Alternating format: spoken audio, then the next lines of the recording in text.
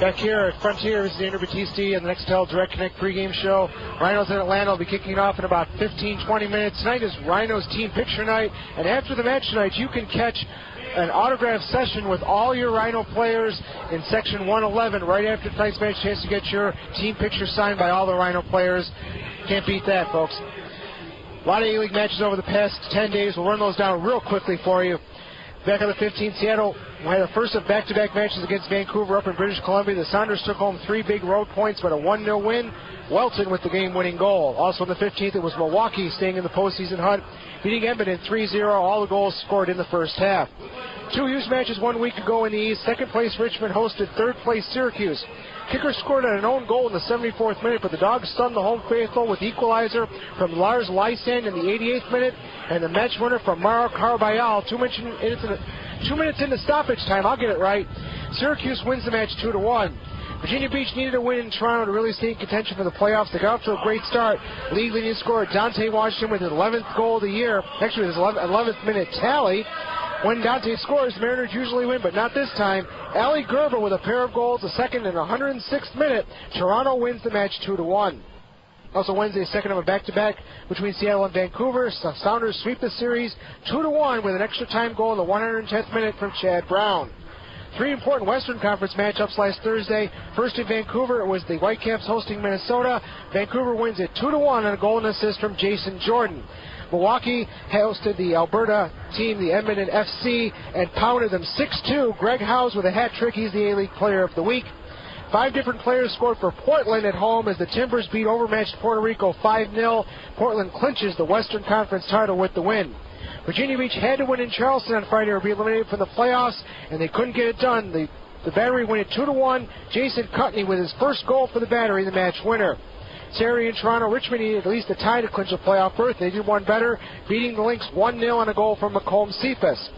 So Richmond can still win the Eastern Conference, depending on what Montreal does. On Sunday, Charleston won their 3rd straight match, 1-0 over Virginia Beach. Paul Conway with a penalty kick. The Battery will play the Chicago Fire in the U.S. Open Cup semifinals this evening in the Windy City. Puerto Rico entered their first season in the A-League on Sunday in Seattle, but the Sounders spoiled the party. They won their 5th straight match by a 3-0 scoreline. Finally, Minnesota had 2 matches in Alberta trying to put some distance between them and Milwaukee in the Western Conference. They tied Calgary 0-0 on Sunday, but then on Monday, the Thunder finally won their first road match of the year, 2-0 over Edmonton FC. 1 match tonight in the A-League. Montreal is hosting Edmonton. If the Impact win, they will clinch the Eastern Conference. When we come back on the Nextel Direct Connect pregame show, we got one more segment. We'll give you all the playoff statistics, tell you who's in, who's out, and we'll tell you who needs to win and or lose for the other teams to get into the playoffs. This is the Rhinos Radio Network. Back on the Nextel Direct Connect pregame show, Andrew Battisti, about 15 minutes to kickoff. Rhinos and Atlanta. Still time if you want to come down to see the match tonight. Rhinos are a huge match. They must win or tie, or their postseason hopes are dashed. Looking at the A-League standings, Montreal leads the way with 53 points. They have 3 matches left tonight against Edmonton, here on Friday against the Rhinos, and hosting Richmond on Sunday, who are in second place with 51 points. If Montreal wins tonight, they will clinch the Eastern Conference. If they get 7 points in the last 3 matches, they will win the A-League regular season title. Syracuse is third with 47 points. Their final match is Saturday in Virginia Beach. A win or a tie will clinch a playoff berth for Syracuse or 1 Rhino loss. Atlanta has 44 points. If Atlanta wins tonight, they are in the playoffs. If they lose, and then Atlanta and Syracuse end up tied, the Silverbacks do hold the tiebreaker by beating Syracuse 2 times this season. Virginia Beach, Toronto, Charleston, and Puerto Rico round out the East. In the West, Portland has clinched the Western Conference. Vancouver is second with 44 points. Seattle has 43. Minnesota 41. And Milwaukee 37. All 4 of those teams can still make the playoffs, and they all still control their own destiny. They're basically playing each other in their last match, except Milwaukee has a match in Calgary tomorrow night. So it's all going to come down to the final few matches between those 4 teams to determine who gets in from the West. Edmonton and Calgary round out the Western Conference. Looking at the A-League leaders, Dante Washington leads the way with 38 points. Alan Gordon of Portland and Byron Alvarez of Portland have 35 and 34 respectively. Ali Gerber from Toronto also has 34. Matt Cozier from Atlanta, who will start on the bench tonight, has 27 points. He's tied with Johnny Torres from Milwaukee. Greg Sutton of Montreal leads with 0.41 goals against in the goalie department with 16 shutouts, followed by Joe Warren of Minnesota, Alex Marks of Vancouver, the Rhinos' Theo Zagar, and Byron Foss of Syracuse. And that's it for the Nextel Direct Connect pregame show. It'll be Don Stevens and Joe Giuliano up next with the exciting live play-by-play action of Rhino soccer. We have one of the most important matches in Rhino history tonight. The Rhinos and the Atlanta Silverbacks. If the Rhinos lose, the playoffs are not going to happen this season for the Rochester Rhinos for the first time ever. This is Andrew Battisti. I'm back after the match with Soccer Sam on Behind the Net, brought to you by Nextel Direct here on the Rhinos Radio Network. Give me five, yeah, give me five. From Salvatore's. Give me five, oh wow. Sure sounds good to me. Give me five, and how? Full menu delivery. 2, 3, 4, 5, 5, 5, 5. That's the way to call. Give me five, it's so good. And Salvatore's has got it all. Give me five, yeah, give me five. From Salvatore's. What's on your pizza tonight? Call Salvatore's 234-5555 and order yours. Or try one of their pasta or seafood dinners, burgers, or subs with their full menu delivery. Salvatore's 234-5555. Salvatore's will fill your plate. Yeah! It's so good. Give me five. Put a smile right on your face. Give me five, yeah, give me five. From Salvatore's. Marina Dodge will make a believer out of you. You believe when you drive away, you believe. It's yours today, you believe. Cause the deal that we made will make a believer out of you. Because service, price, and value seem too good to be true. Marina Dodge will make a A long time. In fact, it has been a long time since we last talked to you. The Rhinos have had a few days to try and regroup and get going, and that's what they need to do here tonight as they take on the Atlanta Silverbacks. And for the Rhinos, it's the 27th match of the season. It's the same for the Silverbacks. Atlanta having defeated the Rhinos in the twice previous meetings, and, the team that wants to move on to the playoffs pretty much has to win this game here tonight. If the Silverbacks win, then the Rhinos are eliminated from playoff contention. 9 days for the team to try and put things together. Talking with the coach of the Rhinos, Patrick Coley, asked him if the rest was beneficial. Definitely. I mean, we were refocused. We talked about things that needed to be corrected. We worked on those things, and the time gave us the opportunity to think about them and implement them and, be prepared. Can you tell us what kind of things you were working on? Well, the pressure applied on the ball and where we want the pressure to be, the direction of the ball, trying to win the ball back, how we want to attack, how Atlanta attacks, and how we want to prevent them from doing it. Yeah, lots of things that the Rhinos were working on over that 9-day respite. We'll be getting underway very shortly from Frontier Field. Tonight, it's the Rhinos and the Atlanta Silverbacks, and this is the Raging Rhinos Radio Network.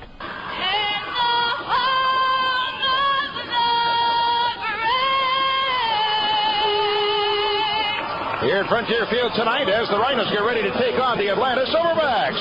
And this is the 27th match of the season. Just one more remaining after this one here tonight. Check the starting lineups now.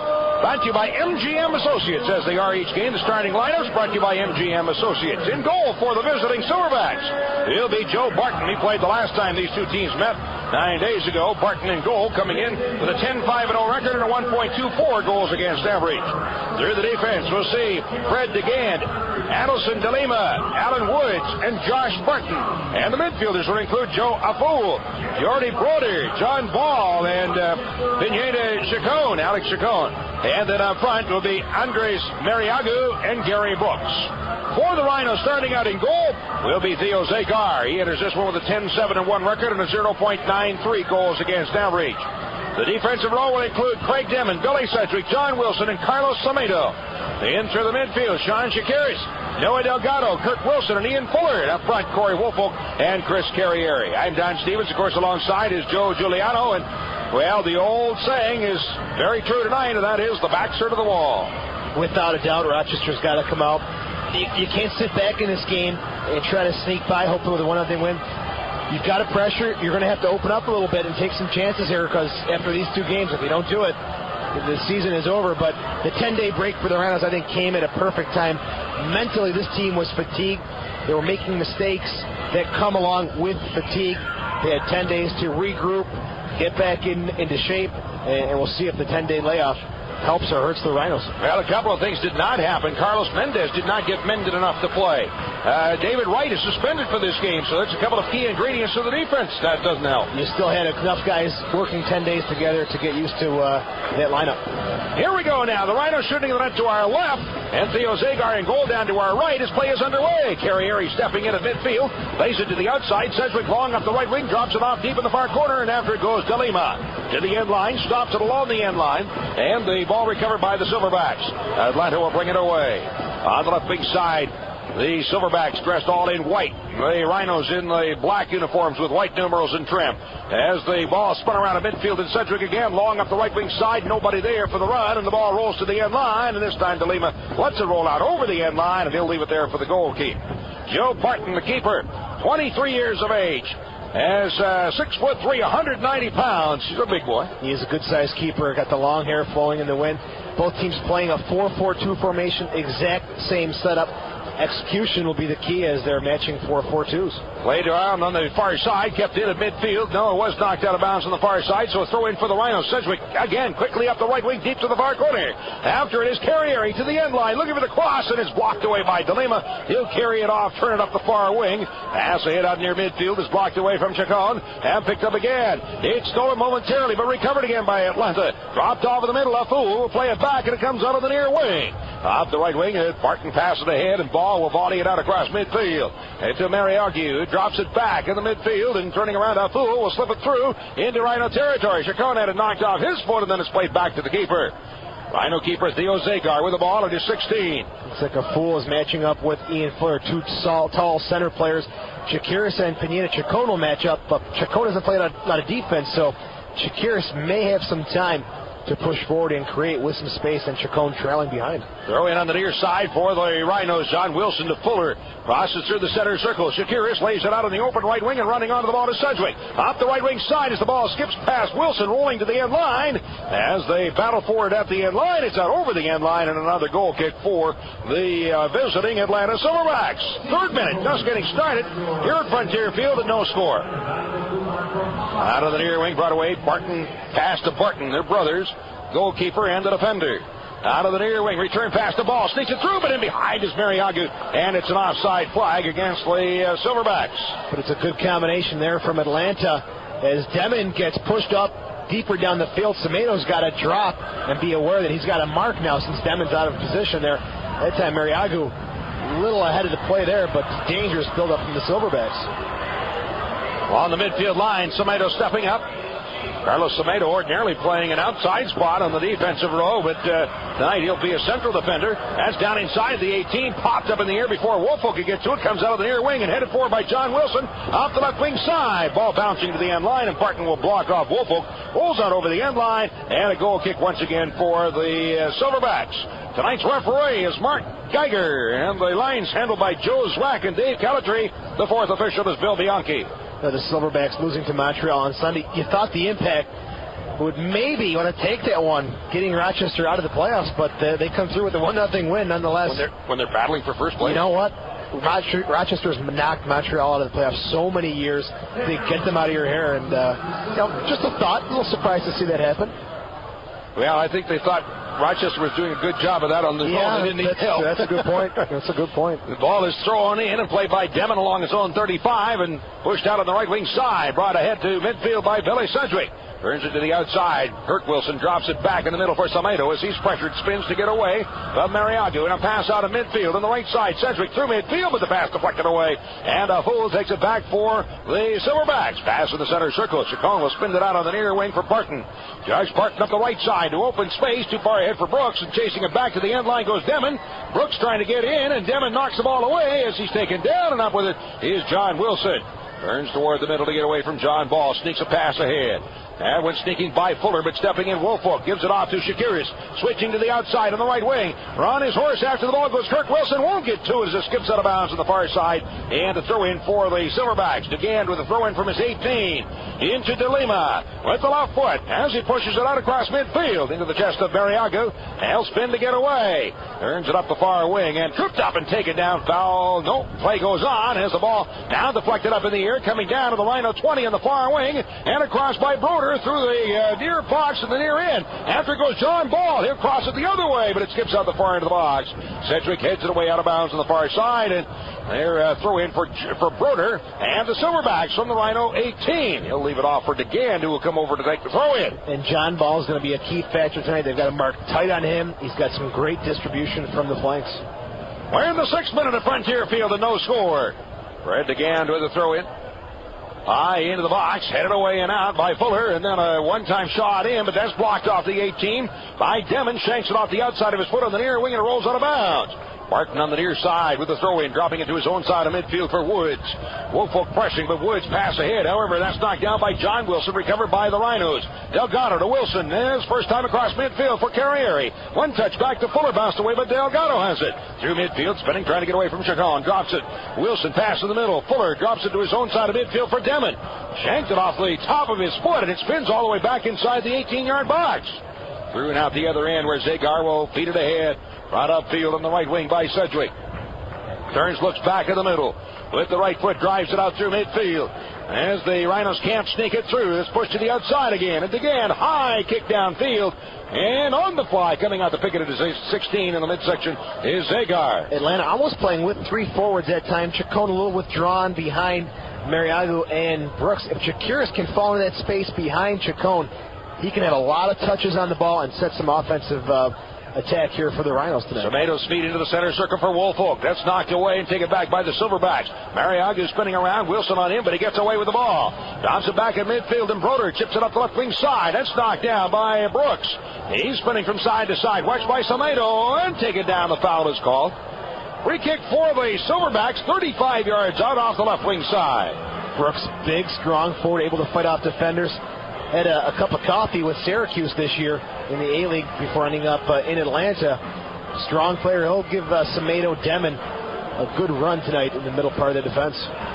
Was it cream and sugar with that or just black? Not even cream and sugar. It was a quick cup. Was it even warm? It was hot. That's how close it was to... Played in the far end, intercepted far into the box. John Wilson chips it ahead. That's headed up in the air underneath it. Woolfolk turns it out toward midfield, drops it off, stepping in underneath the ball. John Wilson to the outside again. His Shakiris dropping it back for Sedgewick, spins to get away. Billy Sedgewick along his 25 with the left foot, drives it out through midfield. Floater, and it comes down to the 35 and then picked up by the Silverbacks. DeLima on the left wing through midfield. Mariagu as he spins to get away. Shakiris on him at the far touchline, and Mariagu runs into Sedgewick, and this will be the yellow card to Billy Sedgewick. Man, does he draw the plastic. 8th minute and the first card issued on the night.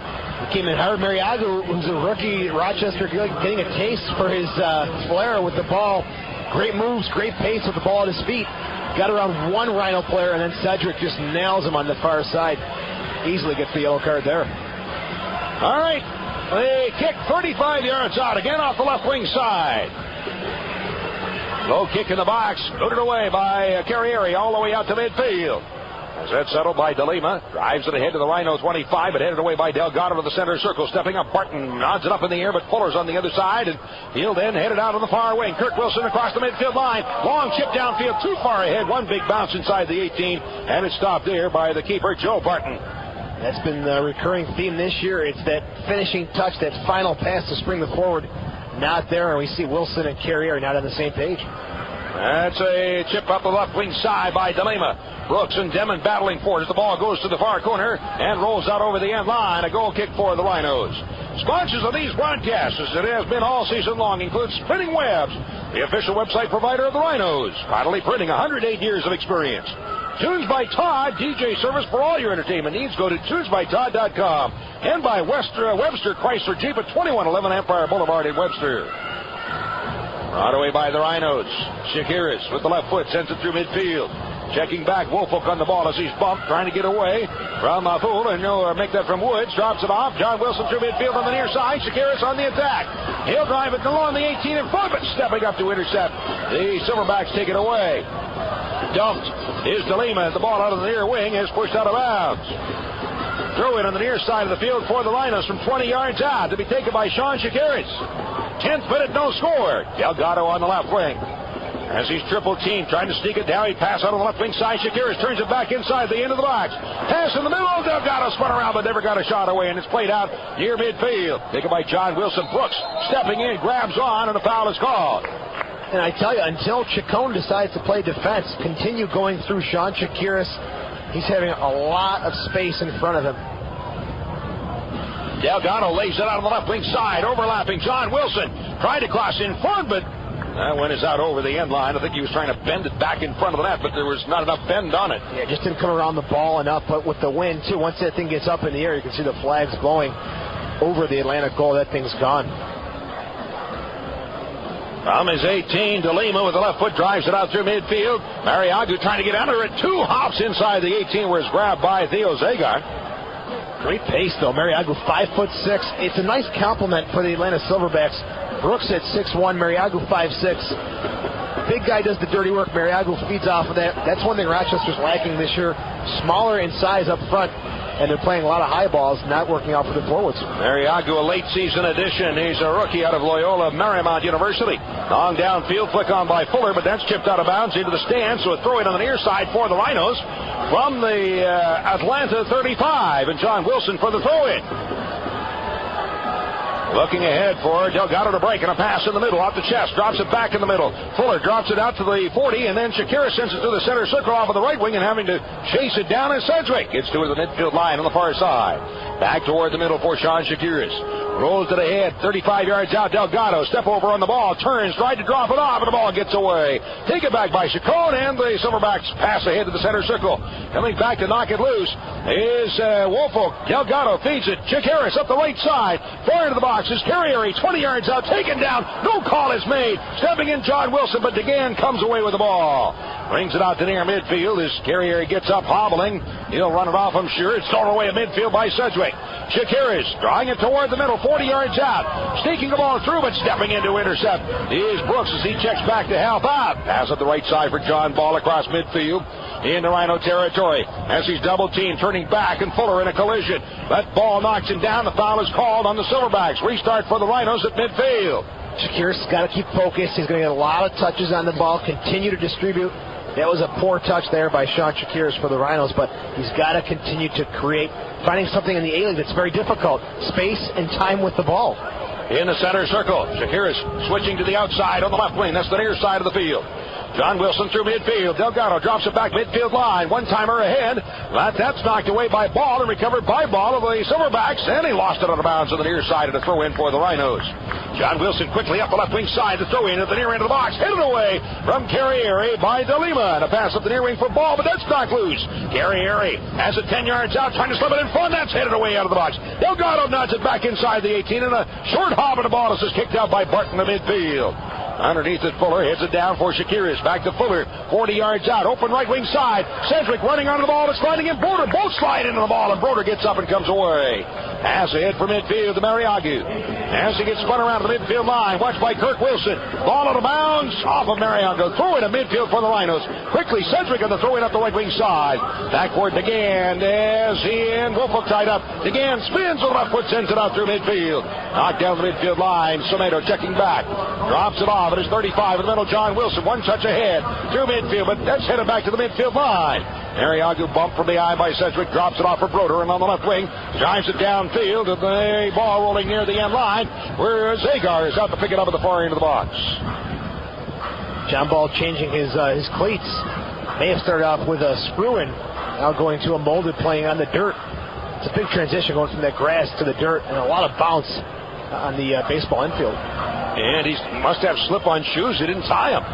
Right across midfield, Kirk Wilson chips it up the right side. Carrieri in under the ball as he's being pressured, pushed to the far corner at the end line. Here's a cross along the 6. Diving in on the ball as the keeper, Joe Barton, comes away with it. So Carrieri gets the ball inside of the middle at the 6, but that's the closest the Rhinos got. He did a nice job. He had a tough turn on DeLima, but no one crashing the net for the Rhinos.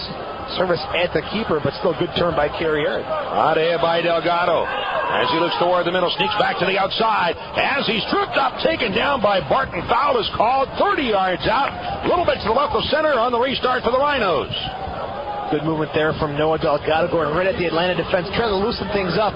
Then look for a dish up, gets taken down. So now Rochester has some big guys who can head the ball in the box. You've got Woolfolk, you've got Fuller as good targets for Chakiris. And now Ball will tie his shoes right in front of where the ball is sitting for the restart. And Carrieri, a little poke to the head. I'm sure a couple words for John Ball. 15th minute, no score from Frontier Field. Chakiris, Kirk Wilson, John Wilson, all in behind the ball. John Wilson moves away. Who's it going to be, Kirk Wilson or Chakiris? It's Kirk Wilson. Delivers down inside. Flick on to the backdoor side, and that's out the other end of the box and out over the end line. And a goal kick for the Silverbacks. Other sponsors of these broadcasts include Phil Gray's, with 13 locations in Rochester. Hollywood Tans, the official tanning provider of the Rhinestones. Halo East Athletic Club on the web at HaloEast.com. And Total Wireless Now, communication without limitations. On the far touchline. Again tied up. Kirk Wilson trying to draw it loose. But he is double-teamed. Ball knocked away. Moving is Chakiris at the 18. Turns it to the outside, but stepping in to intercept DeLima. Drives it ahead, but Fuller heads that one forward. Rolling deep to the far corner. DeGand is back, and it rolls out over the touchline. Throw in deep in the far corner for the Silverbacks. Chakiris had a deflected ball. Lay right on his left foot, top of the 18, let loose with a rocket. Instead of taking those extra touches, trying to get closer to the goal. Well, the long throw in, but a foul is called and a restart for the Rhinos. 35 yards out off the right wing side. The best thing the Rhinos can do now is that Fuller drops to a defensive midfield position. Let Chakiris push up, because Awful is trailing Fuller, doing a good job there. But Chacon, again, just refuses to play defense. So push Chakiris up, let him use that space. It's funny. I thought the best thing the Rhinos could do right now would be score about 5 goals. That would work, too. Yeah. Restart as Chakiris with the left foot. Serves it up. As Fuller with a head ball. It's a couple of feet over the crossbar. So he takes the header from 15 yards out, but a little bit too much mustard underneath it. And the distance is too far there. 15 yards out. That ball's got to be between the 6 and the 12 to really penetrate the keeper, giving some trouble there. Long-range header, no trouble for Barton, even if it's on the frame. Ball placed at the 6 for the keeper. Joe Barton, again, 6'3". Both their keepers, 6'3". Anthony Tukpa is the other, 30-year-old Liberian. Ball flighted through midfield. Flick on by Brooks, but knocked away. Sedgewick will first time it out across midfield, and back underneath it goes DeGand. Heads it out to the midfield line.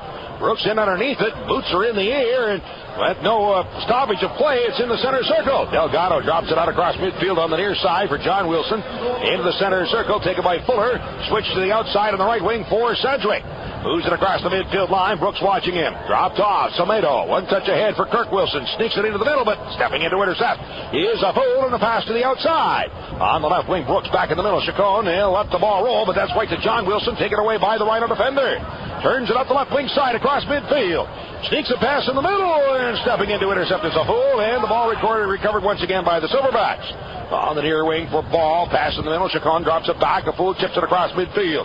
Mariagu in underneath it, but that's hammered away out of bounds by Samedo. Throw in on the near side for the Silverbacks. We've got Mariagu and Delgado doing a little pushing at each other, and quickly the referee and fourth official step in between them. At 5'6", Mariagu's a little spark plug. Ball wanted to throw one in behind Mariagu, and I think he's upset that Delgado just didn't give enough space to even make the throw. But when you're 5'6", you need about 10 yards to get the ball over that opposing defender. I know. Believe me, I'm there. The throw in on the near side of the field for Brooks as he's bumped by Delgado. A ball was out over the touchline, and a throw in for the Rhinos, 20 yards out on the near side of the field. 19th minute at Frontier Field and no score. John Wilson for the throw in. Inches forward. Now runs a couple of steps. Long throw in, but down and over top of Carrieri. And now it's popped up in the air, coming down to the center circle. Out of the cross midfield into Rhino territory, skipping by Delgado, and out on the near wing is Ball on the right side. He tried to cross in front, headed away by Demon. One big hopper to Fuller. Pass in the middle for Shakiris. Turning in behind, couldn't get to the ball. Collision with Broder, and the foul is called on Shakiris. He wasn't sure if he was going to go in on the challenge there. Shakiris decided to go late, got the cleats up in the air, so now a dangerous restart here for Atlanta right in the middle of the field. About 40 yards out, maybe a hair to the left of center. 20th minute and no score. A lot of pushing and shoving going on along the 18 as the players try and jockey for positions. Referee saying let's go, but now a two-man wall for the Rhinos. He's moving it back. It's a lot more 10 yards, I think. Here's a chip down inside, and that one way wide out over the end line by John Ball. Must have put it 15 feet wide right of the net. And that's into the wind. Ball's going to want that back. You've got your big defenders, DeGand, Woods pushing up in the attack. Wonderful guys to look at. Target players up top, and he just wastes a great restart for the Silverbacks. No goal kick for the Rhinos. Zagar with the right foot. Low line drive kick across midfield. That one headed back on the near side, and now it hops out of bounds on the near side. I don't know, if I was a goal kick with a wind like that to my back, I think I'd be getting the ball as high in the air as I could. And let the wind do the rest. Land inside the 18, create some havoc for the opposing team. Wilson with the throw into the near end of the 18. Woolfolk double teamed at the end line. Trying to get a pass away. That's off the foot of Barton, out over the end line, so a corner kick for the Rhinos. You make a great point. With the wind, it's not the most attractive soccer. It's long ball, but it's instant pressure on the other team. You've got to take full advantage of that here in the first half. Right now, the Rhinos needing all the help they can get. Corner kick off the left wing side. Shakiris with the left foot. Will serve it up, an out swinging kick. And here it comes into the box. Hitter by Fuller to the back post, and it's headed out over the end line. That off of Woods and out, so a corner kick now from the other side for the Rhinos. Nice driven ball from Shakiris. Fuller doing his job. The initial contact on the ball is there. Changes the course of the ball. Someone's got to be there picking up those pieces. There was nobody at the back door. Just no one getting hungry to finish off the garbage. So the corner kick off the right wing side, and it looks like Carrieri with the right foot will come over to take the kick. That's a scripted play where Fuller gets that first flick on the ball. Carrieri set, plays it out. To Shakiris at the far end of the box. Backheel dropping it off. Moving in Kirk Wilson. In line, out front. His feet to the backdoor side. Devin, no! He slid under the ball. Never got a shot away. Nice play, set up beautifully, but they couldn't finish. Carrieri shot.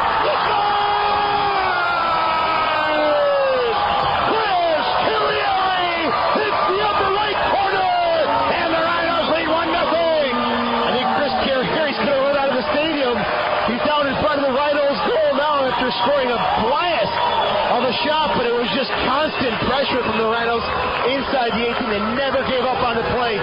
Wonderful work there as everyone had a crack at it, and it really started with a nifty little restart in the corner there. A backheel pass to the overlapping Kirk Wilson, catching Atlanta off guard a bit.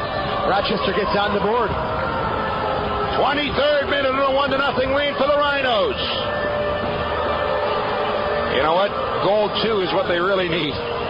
Goal 1 is important, but it's been so long since they scored a second goal in a game. The goal 2 is what they really need for the confidence. They don't want to sit back just to protect this lead. There's a lot of time left. They sit back and give Atlanta too much opportunity to set up their attack and pound away at the goal. Out of bounds, throw in on the near side of the field for the Rhinos, 35 yards out. Goal scored by number 15, Samurai, Chris Carrieri. With the assist number 8, John Shakiris. All right. So Carrieri with his team leading at 21st point and 7 goals on the season.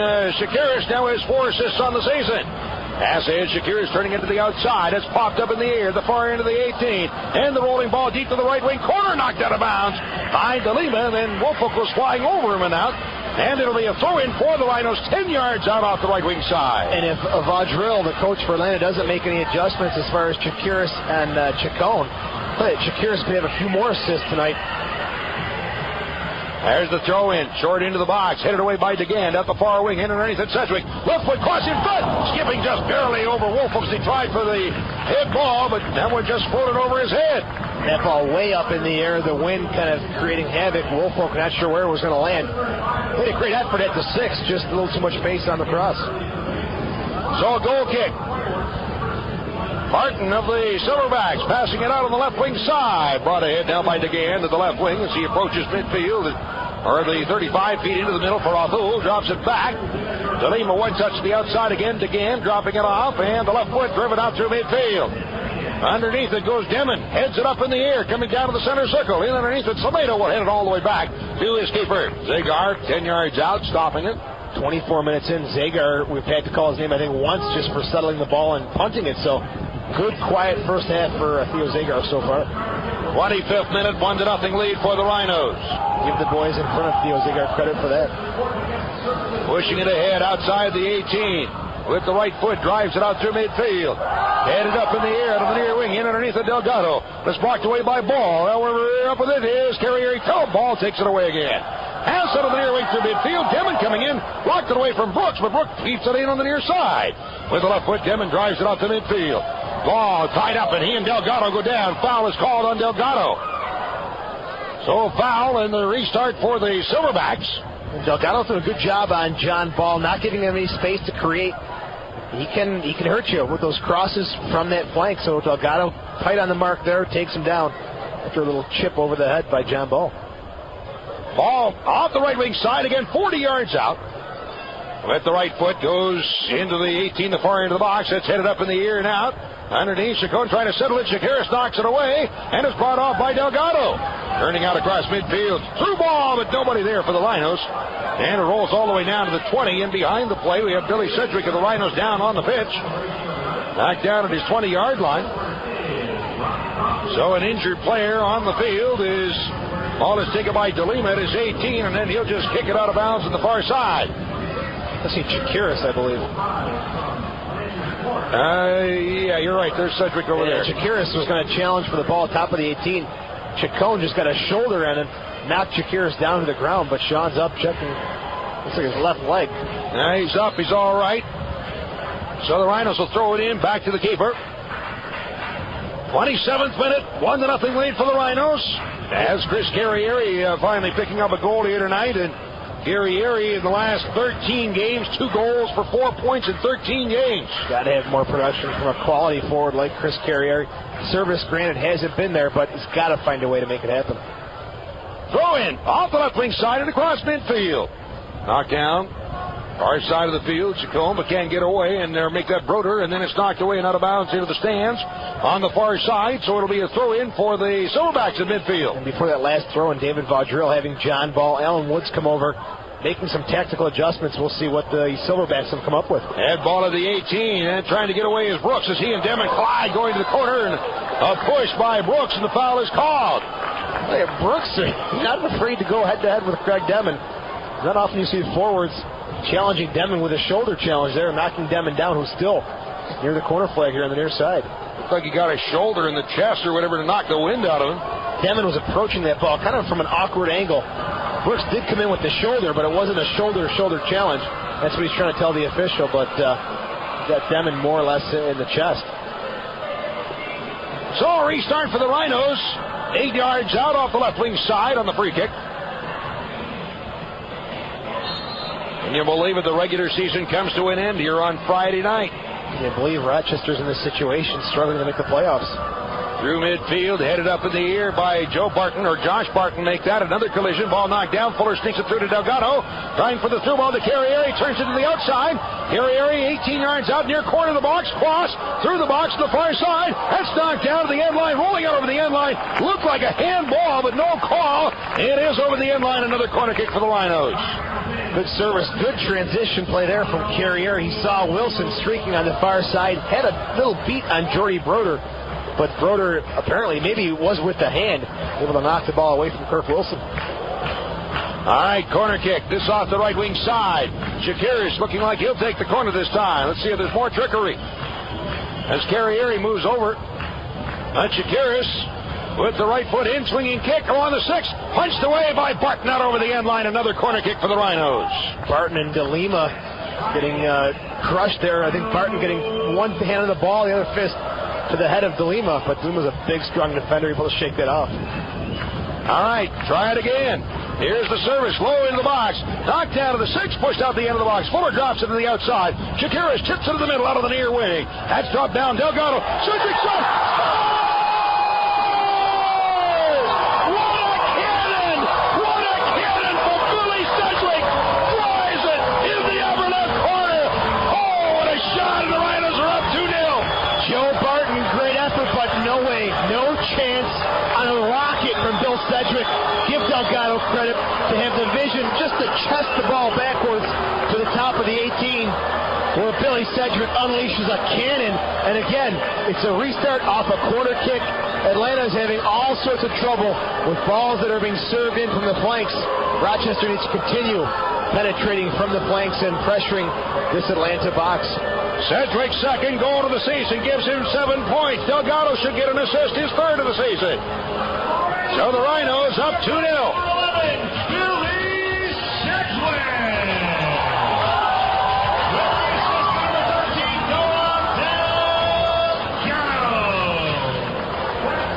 Ball through, and Carrieri backheel to Delgado, or make that to Wolfwood, but couldn't get a shot away. Comes out of the near wing, and it's out of bounds on the near side, and a throw-in for the Silverbacks. I have the referee coming over. He's having a few words with DeLima, and it'll be the yellow card to DeLima, who behind the play was giving a couple of shoves to Carrieri. 31st minute. Two rockets, Carrieri and Sedgwick with right foot cannons. No chance for the keeper on either one.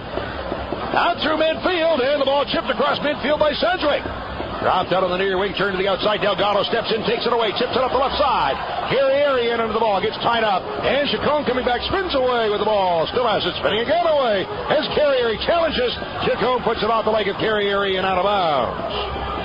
Last time the Rhinos scored 2 goals in a game was back on July 30th against the Minnesota Thunder.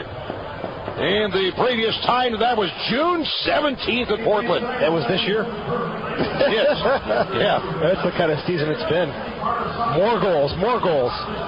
Long ball delivered down inside the 18. No one's giving loose. Stepping in, Demon knocks it away. And the rolling ball to the corner. It's out over the end line. A corner kick for the Silverbacks. John Ball getting ready to unleash a right-footed volley. Semeo able to step in, just knock it away. Or checking John Wilson to knock it away, but Muriagi able to try to challenge for the ball inside the 18. There is the service. In-swinging kick punched away by Zagar out the near end of the box. Turn to the outside again, Mariaga. In underneath it as he and John Wilson battle the ball rolling to the end line, and it's knocked down by Wilson. Rhinos have it. Chipped ahead on the left wing side for Wolfwood. Checking back for the ball to Carrieri, but it's out of bounds. Throw in on the near side for the Silverbacks from the Rochester 35. Quickly in the throw in to Lehman to Brooks. Spinning now, taken down by John Wilson. Foul is called. Free kick for the Silverbacks. 6 yards out off the right wing side. That was a great turn by Gary Brooks, able to fight off Wilson, and with the outside of his right foot, spin it inside around John Wilson.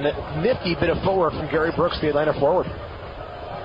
Chacon will deliver into the box along the 10. Side volley kick by Brooks, and he put it up over top of the net. Listen, not every forward in the league can make an attempt like that. Nonetheless, even make contact on the ball. Gary Brooks, I'm telling you, shocked Syracuse did not keep him around. Quality forward, great effort. As the ball's behind him, then lifts up the right foot in the air, goes for the volley. Great stuff from Brooks. Wow. Sponsors of these broadcasts include Chase Pitkin with a lifetime tool warranty for all tools purchased at Chase Pitkin. By Kimberly-Clark, a proud sponsor of the Rhinos. Myers RV in Churchville, just off I-490. And State Farm Insurance, like a good neighbor, State Farm is there. Out of midfield, Fuller sends it through the center circle. On the right wing side, checking back for the ball, Carrieri drops it off for Sedgwick. Rolls it in the middle for Kirk Wilson. 35 yards out, pass in the middle for Fuller. Spinning around, has it 20 yards out with the right foot. Is cracking the ball. It's up over top of the net and out of the stadium. The Silverbacks midfield awful. He's telling his defenders, you've got to step up and help me. Rochester controlling the midfield with Fuller, Chakiris, Wilson, Delgado. All day, all sorts of time to set up and create some offensive opportunities for the Rhinos. So a goal kick for the Silverbacks. Rochester with a 2-0 lead in this must-win situation. Ball through midfield, and Fuller takes it away. Long pass on the right wing side, running into the ball, Carrieri. A rolling cross through along the 6, and it comes out the near end of the 6 to the near end of the 18, and Barton drives it away. Coming back for the ball is Ball, and as he gets tied up by Delgado, knocked away out of bounds. Off of Delgado. Quick throw in for the Silverbacks. That one's off of Mariagu up in the air. Kicked into the stands by Samedo. Another quick throw in, but does not make it in the field of play. Finally, after the second bounce, bounced into the pitch. And, they're going to say, do the throw in over again. That's not right. They never came in. All right. All played down, crossed out on the left wing side and running underneath it is Broder. 25 yards out. Service inside the box, but headed away by Samedo and up into the stands on the far side. We'll see how Atlanta responds here. Down 2-0. Their playoff life on the line as well. So we'll see how Vaudreuil and his squad responds, trailing 2-0 here in the first half. All pushed out on the far wing. It's dropped back. Out to the 35 and in the middle. It's a right-footed kick inside the box. Popped up in the air. Comes out the near wing. Skipping away from Delgado, but he'll chase it down on the near side of the touchline to keep it in play. With the left foot, sends it along the near touchline out to midfield. And in under the ball is DeGan. On the near wing and into the center circle. Broder pass ahead for Chacon. Checking back for the ball. Takes a look around as he's watched by Shakiris. Pass in the center circle for DeGan. Looks to the outside on the right wing. Sneaking in on the near wing is Broder, and he's taken down on a sliding tackle by Delgado, and the foul is called. So Barton is showing the referee where he got the cleats on his right leg. Interesting play there. I thought Delgado had a chance to win the ball a little earlier. Barton wasn't sure if he was going to go for it. And that's when the guys get hurt, when you kind of go in there 50%, you're not going in hard. And you see Barton checking his left shin. Free kick, 35 yards out off the right wing, and Ball serves it up, down inside, punching it away is Zagar. Settling the ball, Broder with the left foot, is striking the ball, and it's too high. 10 feet over top of the crossbar. Looks like Fuller down at the 12. No, they were calling the trainer, and others saying go off the field. They've taken a knock to the face. Well, he wanted to get away before the referee had a chance to check and see if he had a bloody nose or not. He must. Evidently he does, and the ref chases him down and says, no, you have to leave. Ian has been off the field enough this year that every opportunity he gets to stay on the field he will take. You can see him get up immediately and try to continue playing. Looks like he must have a bloody nose. Goal kick. Theo Zagar fights it through midfield. That's headed by Afu back into Rhino territory. As it's knocked down on the near wing, Brooks challenging John Wilson, and Brooks turning to get away. Too far ahead, that one knocked away and settled along the near touchline by Demon. With the left foot, high volley kick downfield. Big bounce to the 18, one hopper, and at the end line, the whistle to stop play. Offsides, Carrieri. All right. Offsides against the Rhinos. 2-0 lead for the Rhinos, 37th minute. This one here tonight at Frontier Field. 35 yards out, the free kick for Atlanta. With the right foot, Woods drives it through midfield. Brooks stepping back, touching into the outside. Chacon off the right wing for Ball. Down to the Rhino 5. Cross in front, and then one skipping along. It's tipped away by Demon all the way out to the 45. Settled in the middle by DeLima. He does pop it up in the air, coming down to the Rhino 8, and out to grab it on the fly is Zagar. So the Rhino keeper with the ball. Fuller's back on the pitch. There's Atlanta's chance playing 11v10 as Vaudreuil wanted some more creativity from DeLima. Instead, knocks the ball right to Theo Zagar. Sedgewick up the right side. Carrieri tried to tip it inside the 18, but it couldn't get enough on it. Knocked it out into the far side, off of Fuller, and a throw in on the far side of the field for the Silverbacks. Some bad blood between these teams. A lot of play, a lot of the contact after the play, pushing, a little shoving here and there. So not the most friendly of matchups. Now we got Mariagi turning, wanting to go after Billy Sedgewick. At 5'6", I don't think I would have challenged Sedgewick. Well, That's my thought. Took a run at him and then stopped suddenly. He saw the look of who knows what in Billy Sedgewick's eyes and said, I think that's enough. All right, the foul is called, and so a free kick for the Silverbacks, their own side of midfield. We're in the 38th minute, and a 2-0 Rochester lead. All driven ahead, knocked down to the outside. Sedgewick in underneath it. Turns it up the right wing, and he'll then send it out through midfield. Rolling ball down to the Atlanta 20. In the middle, DeGan comes away out of the near wing, turns it to the outside. Josh Parkman on the near wing. Puts it out the foot of Delgado and out. So a throw it to the near side for the Silverbacks from their own 20. And this is exactly something that Rochester worked on during the 10-day break. Points of the field to double team. You see a great example of it with Delgado and Woolfolk there. Stepping in now, the Rhinos have it at the midfield line. Fuller. Pass on the right side. Carrieri won't get to it. Turning back for the ball goes to Lima. At the far end of the 18. Pass to him, and stepping in to intercept is Kirk Wilson. Turns it up the right wing. Spins around along the 18. Trying to get loose. Pass to the near side for Delgado. Spinning around in the middle. Still has it. Delgado looks toward the net. Beats it. Kirk Wilson. Give and go pass. Delgado stepping in. Can't come away as he's double teamed. That one taken right back. Delgado taken down as he stepped on the foul is called, and Woods now having a few words for Kirk Wilson. This thing could get ugly. I'm telling you, there is contact after the play. Players going nose to nose. If the official doesn't start issuing some cards, this thing could get ugly. Well, a lot of discussion going on as the referee talking to Alan Woods, the captain of the Silverbacks. From this range, with the wind at your back, definitely a great opportunity to strike it on goal. Give it to Sedgewick. Yeah, that was Carrieri. What a shot that was from Sedgewick. That was a blast. Barton, any keeper, really. You look at any keeper, they're not going to have a chance to stop that thing. He was filled, I think, with frustration and anger, and Sedgewick let it all out with that cannon. 35 yards out. Shakiris keeps inching forward and resetting the ball. And Atlanta, they've been a mess in the midfield. They're losing the game right in the midfield, and also services from the corners giving the Silverbacks a ton of trouble. The referee now coming over and telling Shakiris back the ball up a couple of feet. So he backs up 2 feet and then gains 1 back. Still able to strike this on the fence. All right. Carrieri step over. Shakiris tips it to the outside. Carrieri stopped his run. Carrieri stopped his run because Chacon read the play and was trailing with Carrieri. You see that? You've got to strike the ball. Play is dead. But once you start a play, you got to continue with the play. Well, Shakiris is visioning where the player's going. He sees Chacon step away. He's got to shoot the ball. Totally Shakiris' fault, though. Off the right side, Carrieri drops it back out to the 40, and on the right wing side, Sedgewick turns to get away from Broder. Chips it up the right side. Into the ball goes Carrieri. Cross along the 18. Stepping in is Josh Barton, the defender. First time it out across midfield. Sedgewick then, 1 touch of the ball, drops it back to his 18 for the keeper. Leo Zagar to the outside on the near wing for John Wilson. Off the left wing with the left foot, drives it through midfield. Woolfolk bump, couldn't get up for the ball. Knocked down to the 35 and played to the outside for ball in the near wing. Past midfield is Delgado chasing from behind. Ball gets away.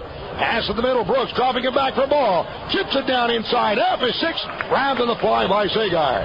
Not sure what the intention was there from John Ball. Maybe he saw Zagar a bit off his line cheating and tried for the chip, because if there was a pass, wow, not too good from Ball. Zagar setting the ball down, sends it out through midfield.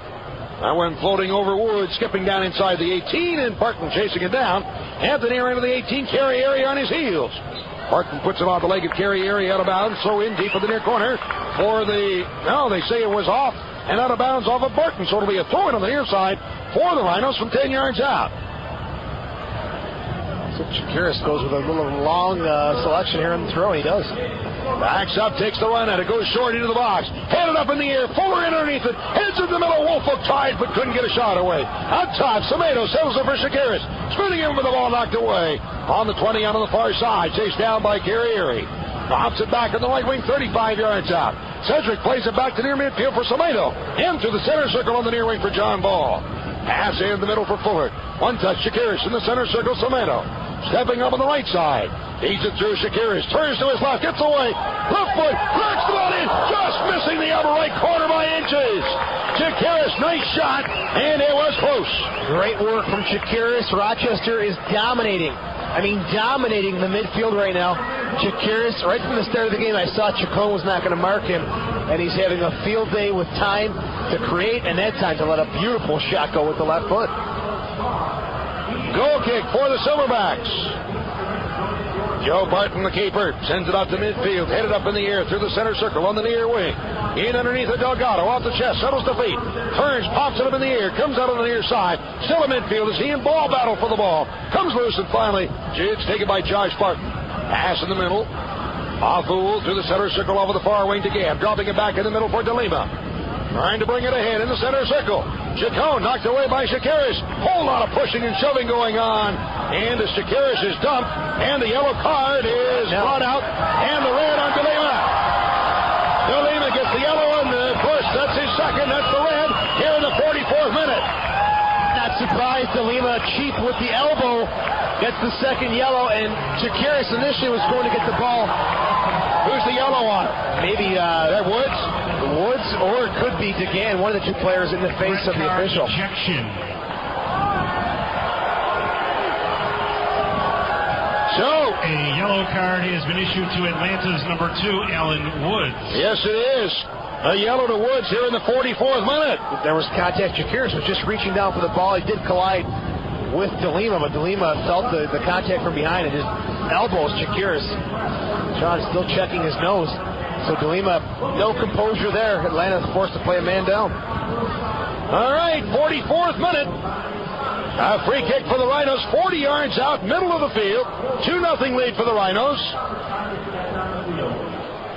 As DeLima heads for the locker room. So tactically, we'll see what David Vaudreuil does.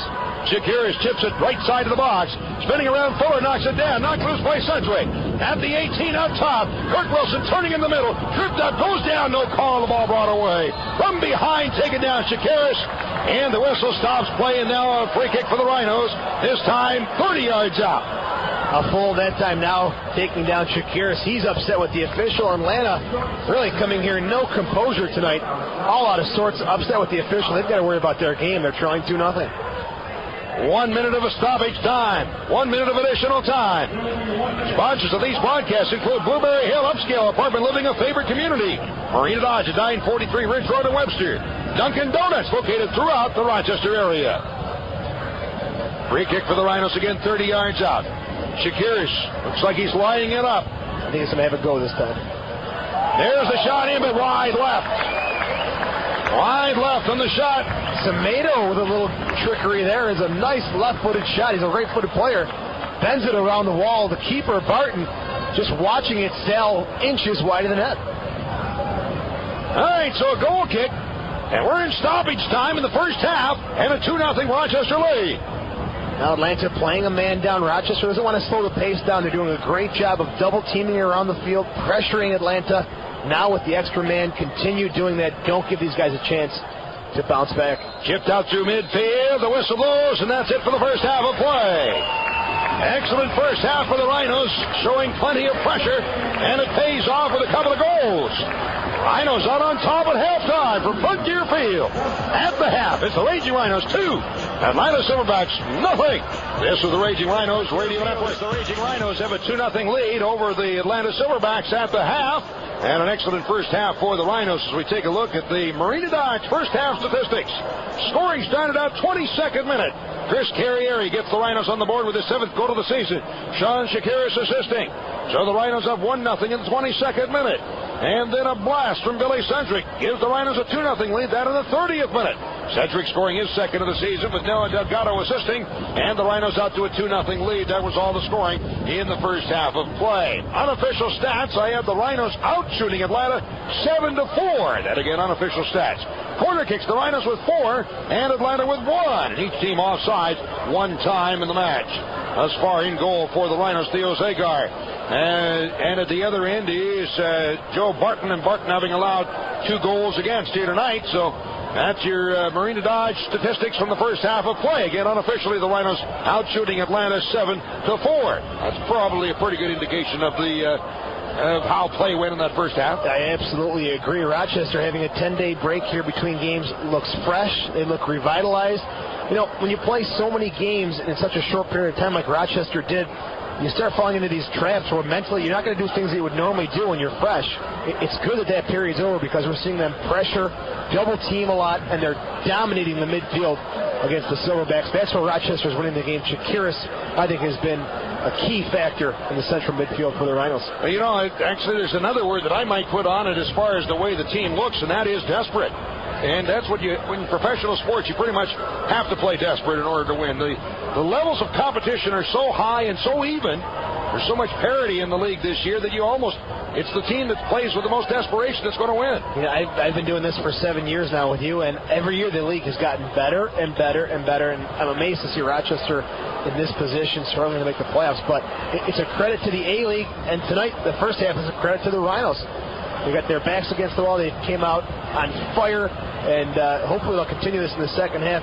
Atlanta being a man down. Some teams, crazy as this may sound, actually respond better playing a man down because they know each guy has to step it up. Rochester's just got to continue with the pressure. Don't give Atlanta any sort of confidence in the second half. And there's a key, a real key you just pointed out, Joe, and that is the Rhinos not very often have been able to really put together a full 90-minute game, and will they be able to do it tonight? I think so. I think mentally they've had enough of a break to focus for full 90 minutes. We've seen a good 45 minutes during that long stretch of games, but now we've had a break mentally. We've recovered. I think we're going to see a solid 90 from the Rhinos tonight. All right, at the half, it is the Rhinos with a 2-goal lead, as Joe will be back with a guest here in a moment, so stick around for more from Frontier Field. At the half, it's the Rhinos 2, the Atlanta Silverbacks nothing. This is the Raging Rhinos Radio Network. Welcome back to Frontier Field. Joe Giuliano. At the half, it's the Rochester Raging Rhinos 2, the Atlanta Silverbacks nothing. I'm now joined by the president of the Rochester Raging Rhinos, and finally seeing something in the paper today.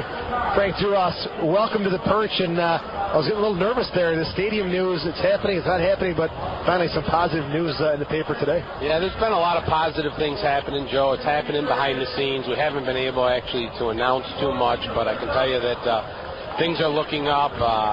The renderings the redesign is complete. We've submitted it to the city for the planning commission. They have to review it and approve it. They're in the process of doing that. Next week we can apply for a permit to start clearing the land.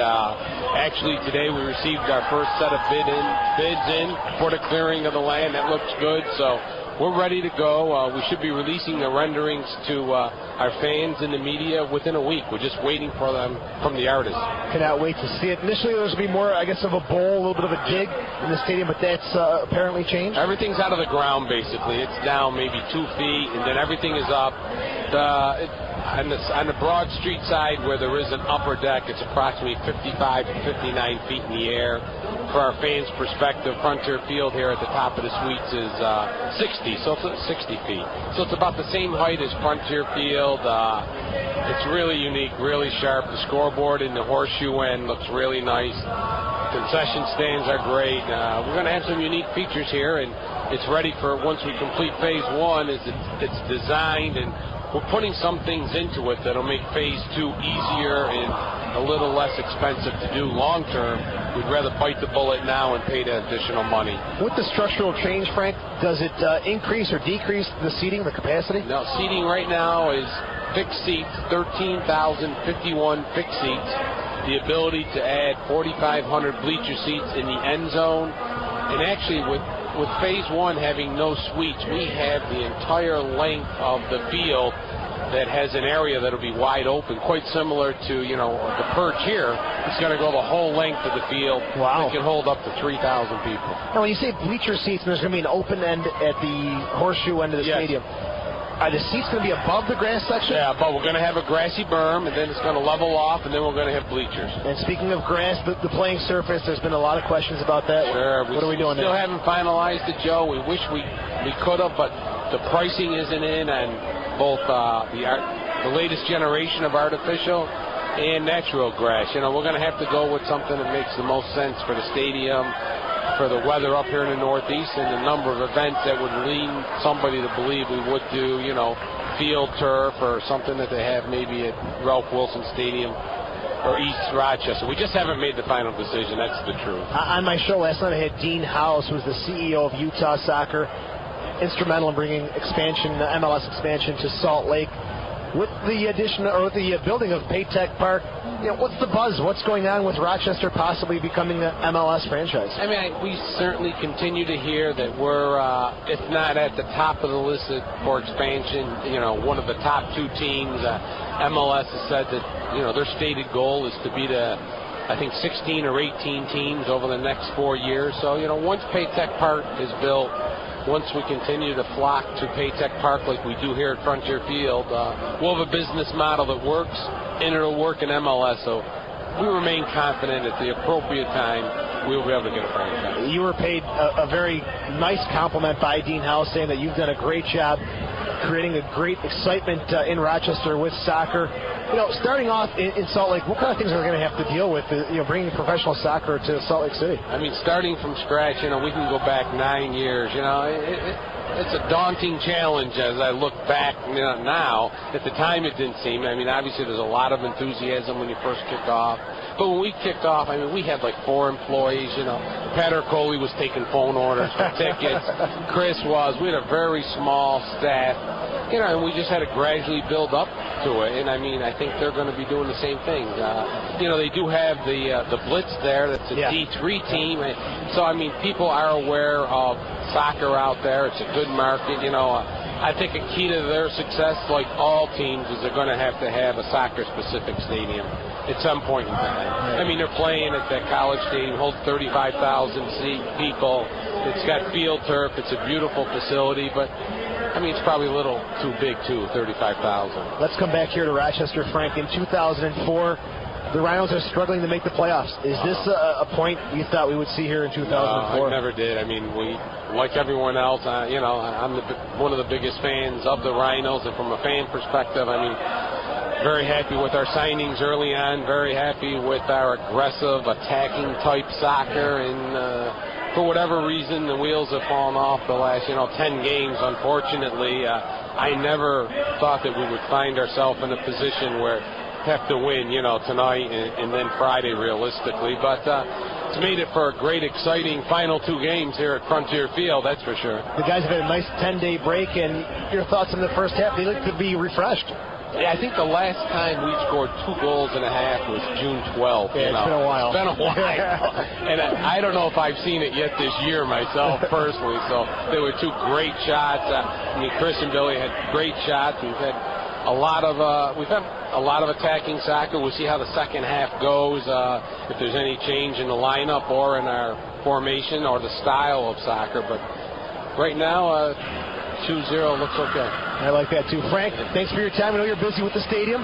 No Best problem. of luck, and we'll talk to you soon. Anytime. Thank you, John. Frank Duras, the president of the Rochester Raging Rhinos, getting Paytech Park in order. Rochester's soccer-specific stadium coming soon, so stay tuned for the design coming out this week, according to Frank Duras. We played 45 minutes here at Frontier Field. At the half, it's the Rhinos 2, the Silverbacks nothing. And you're listening to the Raging Rhinos Radio Network. Here at Frontier Field, 1 half complete, and the Rhinos with a 2-0 lead over the Atlanta Silverbacks. And checking the official stat sheets, the Marina Dodge halftime stats, seeing that Rochester credited with 6 shots and Atlanta with 2. I had it 7-4, but 6-2 the officials' shot total. 10 fouls against Atlanta, 7 against the Rhinos, and that includes 2 yellows to DeLima, and of course the ejection. So DeLima is gone, and the Silverbacks a man down. 4 corners for the Rhinos, 1 for Atlanta. Let's see, Joe Barton credited with 2 saves. Theo Zagar without a save, so pretty good first half for the Rhinos. Yeah, the corners have been giving Atlanta a lot of trouble. Barton's a big keeper, not controlling his box there, and Rochester's making Atlanta pay the price, serving those balls in the box. We'll see what kind of substitutions will be made for the Silverbacks. Adusi Cozier out on the field, and of course that's the former Rhinos, so they'll be doing the best they can do to get some offense going here. We'll check and see. Joe will take a look around and see what happens with the Rhinos, if there's going to be any substitutions there or not. And again, the half of the regular season comes to an end on Friday night here at Frontier Field, as the Rhinos will be hosting the Montreal Impact. What a fun team that is to host in the final night of the season when you have to make the playoffs, right? And what a great team. And a first-place Montreal Impact team. They are on a roll. Nicky DeSantis has done a great job making the transition from player to full-time coach. Has got that team flying high. All right, second half action coming up from Frontier Field. It's a 2-0 Rochester lead at the half of this is the Raging Rhinos Radio Network. World Gym Rochester is proud to announce the arrival of World Gym Training to our club. We are pleased to offer our members personalized, goal-oriented training and nutrition. Most goals are functional goals, meaning you would like to improve a certain movement in everyday living, or you would like to improve your body mechanics for a certain sport. World Gym Rochester has certified, educated trainers that will help you with functional training, from improving your golf swing to bending over to pick up an object without hurting your back. Whether you want to climb a flight of stairs without fatigue, improve your jump and speed, or improve the balance and sense of grounding that you may have lost. World Gym Rochester will get you there. World Gym Rochester also offers group exercise classes that provide a variety of fun and a change of routine. To find out more, stop by World Gym Rochester today at 1717 East Avenue. Call 271-0440 or visit us online at www.worldgymrochester.com. Rochester Raging Rhinos Soccer. WYSL 1040 AM and on the web at WYSL1040.com. Here at Frontier Field as we get ready to go in the second half of play, the Rhinos now will be shooting at the net to our right. Theo Zagar in goal down to our left. And the Rhinos now playing into the wind, and I don't know how much of a hindrance that'll be, but again, shooting into the wind now. As far as substitutions, Joe, are concerned, what's going on? We got Josh Barton, who's come off for the Silverbacks. DeLima, as we mentioned, was ejected in the first half. And it looks like, as Mariano's thought, Gary Burks apparently has come off also for the Silverbacks. And that's a bit of a surprise move. I thought he had a decent first half. Some nice strikes in the ball, some good challenges against Craig Demon, but David Vaudreuil has taken him off the pitch. He could be injured. As far as the Rhinos are concerned, everything looks the same. Yeah, I wouldn't change anything there. That was a great 45. They're fresh. They've had plenty of rest, and they've done a nice, solid job. Here we go now in the second half at Frontier Field. The Rhinos trying to hold on to keep themselves or actually move into a playoff position. As the ball delivered up the left wing side of the end line, it's out over the line as the Rhinos Delgado can't get to it. So it'll be a goal kick right off the start here for Barton of the Silverbacks. The Silverbacks have gone to 3 in the back now after the ejection to DeLima. Off of the near wing, it's brought up the left wing side. Out to Broder as he approaches the midfield line, sneaks it across midfield. Mariagu is being bothered. Return pass to Broder. Trying to sneak into the middle, but knocked away by Fuller, and the Rhinos take it. Kirk Wilson spins up the near side, pulled down from behind, but does pass through and across midfield. As the foul was called on Mariagu, so it'll be a restart for the Rhinos, their own side of midfield. Great crowd here to support the Rhinos in their playoff push. 10,358 at Frontier Field. 10,358. So the Rhinos with a restart. Billy Sedgewick, he scored the Rhinos' second goal of the night. He'll take the free kick. Just getting started, second half. 2-0 lead for the Rhinos. Sedgewick, he'll pass down to the 25. That one flighted through over. Woolfolk let it go and out the other side, and it's carried away by the Silverbacks. Off at the far wing, ball pass ahead, but blocked away out of bounds. Throw in on the far side for the Silverbacks. Ball with a throw in across midfield. Cousy in the center circle. Mariagu, and now it is Fitzpatrick to chip it up the left wing side. After Broder, watched by Kirk Wilson. Broder stopping the ball on the near touchline. Drops it back out on top for DeGan. In the middle, Fitzpatrick. Pass ahead. That's knocked loose and recovered by Kirk Wilson. The Rhinos have it. That is 35. Looks upfield. Long on the right wing side. Carrieri and Woods in a foot race for the ball. As Carrieri gets to it, turns it to the outside of the near wing. Drops it back at the midfield line for Sedgewick. Spins in behind, being chased, and he'll drop it all the way back to his keeper. Coming out, Zagar has to first time it. Pops a high floater through midfield. That one is headed back into Rhino territory, then volleyed into Atlanta territory. Pushed over the far side, deep to the corner. Make that the near side. And into the corner, and after DeGan, and on him is Woolfolk. As they battle for the ball deep in the corner. As DeGan goes down, Woolfolk takes it away. Sneaks a pass ahead, but in behind. After all is said and done was Wilson, and it's offside. It was a good idea. Woolfolk had 3 players around him, tried to sneak it between the defense and did. But from that position, clearly offsides by the Rhinos. Pass in the center circle. Mariagu. He'll drive it out on the near side along the midfield line. Up the left wing. DeGan overruns the ball. Kirk Wilson on him. DeGan being pushed back to his own side of midfield, and finally the foul is called. Silverbacks, it looks like they're playing with 5 in the midfield, at times 4. So it's like a 3-5-1, 3-4-2 at times with Cozier pushing up. DeGan chips in the middle. Chacon drops it back at midfield. Checking back the ball. Carrieri for the Rhinos. To Shakiris. Turns to get away. Sneaks it to the outside of the near wing for Sedgewick. Pass in the center circle. Fuller knocks it down and leaves it there for Shakiris. Switching to the outside of the left wing. John Wilson one time ahead, but that's blocked by Ball, and chasing it down at the 18. Picking up the ball is Theo Zagar, the Rhino keeper. 49th minute from Frontier Field at a 2-0 Rochester lead. He's going to try and punt this into the wind. He's got Sedgewick wide open. A little toss here to the near flank. His kick, a high floater through midfield. Man, he got a boot on that one. All the way down to the 20. Sneaks through in front. Carrieri shoots. Scores! Misplay, but the Rhinos take advantage. Carrieri inside the 18, coming up with the ball as a bounce off the defender.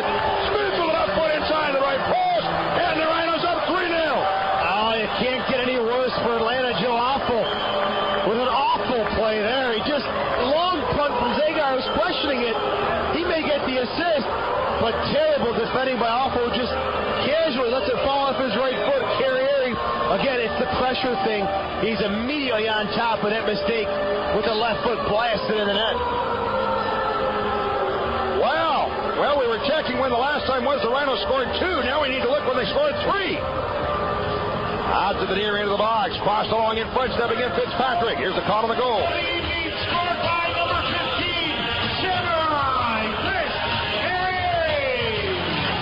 That's Carrieri unassisted in the 40. Unassisted, did they say? Unassisted, but give Zagar credit, putting it into the wind, his longest punt of the year. As the ball tipped down inside the 18 and out to pick it up on one hop. Zagar would have scooted by him. He turns back, takes it at the end line. What are they calling Carrieri? Semi? I'm not sure. Some kind of nickname. I haven't picked up on it yet, so I'll have to find out what that is. But he's got 2 nice ones tonight for Rochester. I thought Zagar was a little crazy to punt that thing into the wind, and he hits one of his best of the year. So Atlanta, really awful still. His face, his jersey in his face, he is upset with himself. Things are falling apart for the Silverbacks. Carrieri, 2 goals tonight, his 7th and his 8th of the season. Pass it on the near side, rolling and out of bounds. And it'll be a throw in for the Silverbacks from their own 25 on the near side of the field. Rhinos not scored 3 goals in a game since the 2nd game of the season when they defeated Puerto Rico 3-0. Wow. First game of the season started out 4-0 over Toronto. And then the next game, 3-0 over Puerto Rico. Gangbusters to start. And so it's the first time 3 goals in a match since the 2nd game of the season. Pass ahead up the left wing side. Trying to sneak in behind. Slide tackle on the ball. Knocked away by Devon, and Semeno plays it out to midfield on the near wing. Carrieri checking back. As he's being chased, gets away with the ball, and then he's dumped from behind. That one rolling way out of bounds. Off the Rhinos, so a throw in on the near side for the Silverbacks from the Rochester 35. Roder with the throw in, short to Mariagu. Now chipped down inside, coming down to the 6, and out to grab it as Zagar throws it off of the far wing. Running out of the ball goes Delgado. Out through midfield. Into Atlanta territory, turns toward the middle, trying to get a loose. Delgado still has it, spins by, still has it, and the ball finally knocked away, but Delgado turns back, drops it off near midfield on the near side. Sedgewick in the middle for Delgado. Turns it to the outside again on the right wing. Now on the near touchline, spins back with the ball, still has it, pass through the center, circle along the midfield line, was taken by John Wilson. Takes a look to the outside on the left wing.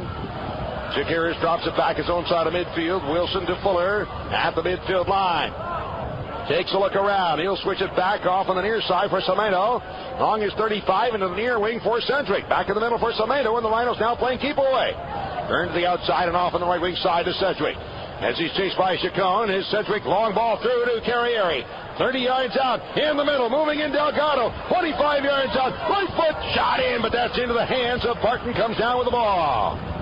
Fool, who's playing defensive midfielders, drop back to right back, and he has just not made a good transition from the midfield to the defensive spot. They are out of shape, out of sorts defensively are the Silverbacks. Ball up on the left wing side, runs into Sedgewick, knocked down and out of bounds. Throw into the near side of the field for the Silverbacks. Rochester 35. 53rd minute. 3-0 Rhinos leading. That's right, folks. 3-0 Rhinos leading. Down 3-0 with a man advantage. Rochester now. Atlanta's got to take advantage of every possible restart that they get here. Here's a delivery down in the box. Headed away by Sedgewick, coming down around the 40. On top, stepping in DeGan, tipping it up the near wing, but Sedgewick steps in. The Rhinos take it right back. Long ball downfield, and Woolfolk trying to get to it. Deep in the right wing corner. Woolfolk getting to the ball near the end line. DeGan on his heels. Here's Woolfolk with a cross. Down in front, Carrieri moving in. Hit ball over the left post, and it's grabbed on one hop by the keeper, Barton. This could be dangerous. Carrieri wins a great ball in the air. He's getting his confidence back late in the year. if Rochester's to make the playoffs, then he's hot. Watch out, folks. Sedgewick drops it off Fuller on the right side. Tomato coming back. Slide tackle, has the ball, but the foul is called, and so it'll be a free kick for the Rhinos. 35 yards out on the right wing side. A substitution coming up as Larianoff will be checking in, and Broder coming off here in the 54th minute. Jordy Broder, a quality left midfield player, just has not done a thing tonight. So Larianoff will come on and see if he can create some spark off the bench. Off the left wing side, the Rhinos bring it away. Out across midfield. Delgado into Atlanta territory. Sidesteps one and another. Moves forward. Has it 45 yards out in the center circle to Kirk Wilson, but the ball bounced away. Larianoff spinning away. He'll play to the center circle. Ahead for Chacon. That's taken right back by Shakiris of the Rhinos. Drops it to his own side of midfield. Sedgewick plays it back in the middle on the 35. Demon touching it forward. Fuller to the outside on the right wing for Sedgewick. Approaching midfield. It spins back with the ball. Drops it off Tomato. He'll first time into the center circle, but Fitzpatrick knocks it down. And the Silverbacks recover. And then in turn, Tomato steps up and he'll hit it across midfield. Turning back go the Silverbacks. That's played back to the keeper, and Barton with a high floater through midfield. Settled to feed by Demon. Rolls it along his 35 in the middle for Sedgewick. Drops it back to the keeper. 55th minute, and the Rhinos up 3-0. A lot of time left for Atlanta to maybe mount a comeback. Also for Rochester to get some more. Pass out to the center circle. Fitzpatrick to ball as he spins around, stepping in Shakiris, but pass back to Fitzpatrick again. The ball turns it along the 45 as he and Shakiris tangle and go down, and Delgado brings it away. Carrieri return pass to Delgado off to the left side for John Wilson. Turns back in the middle. Behind the play, Wilson blows a yellow card on ball. As he and Shakiris get tied up, I think Shakiris will also get the yellow card. Yeah, he's trying to plead, saying, I'm down on the ground. Ball did come in with the boot, but so did Shakiris. This is a good double yellow both ways. Shakiris is up, also gets the yellow card. With some assistance from Tomato, but Ball is just frustrated. He has not had the match that he needs to have. He's got to be more creative, get more involved in the attack for Atlanta. He has been a non-factor tonight. Well, I'll tell you what, there probably isn't two worse players to pick up yellow cards than the two that happened for the Rhinos tonight. Shakiris and Sedgewick, and I'm not sure that one or maybe both of them might not be suspended on points for next game. This game is huge, too. It's not what we need. Not what the Rhinos need. Chacon coming off, and Utah checking in for the Silverbacks here in the 56th minute. I don't know that for sure, but I think they're awful close. Not where Rochester wants to be, especially Sedgewick. He gets so pumped up to play against Montreal. But Chacon, the former Honduras international player, he has been a non-factor tonight. A player of his quality, he has got to step up every single game. Nothing from Chacon tonight for Atlanta. All right, on the race side, Rhinos have it. Ball ahead. Kirk Wilson back here to Carrieri. Return pass to the outside. Kirk Wilson near end of the 18. Stops, turns toward the middle. Triple team to the ball, knocked away. Rolling, but out over the touchline. A throw in for the Rhinos. Deep in the right wing corner, about 6-7 yards out. Sedgewick for the throw in. Backs up. And here's the throw in to inside the 18. That's popped up in the air, comes out the near end.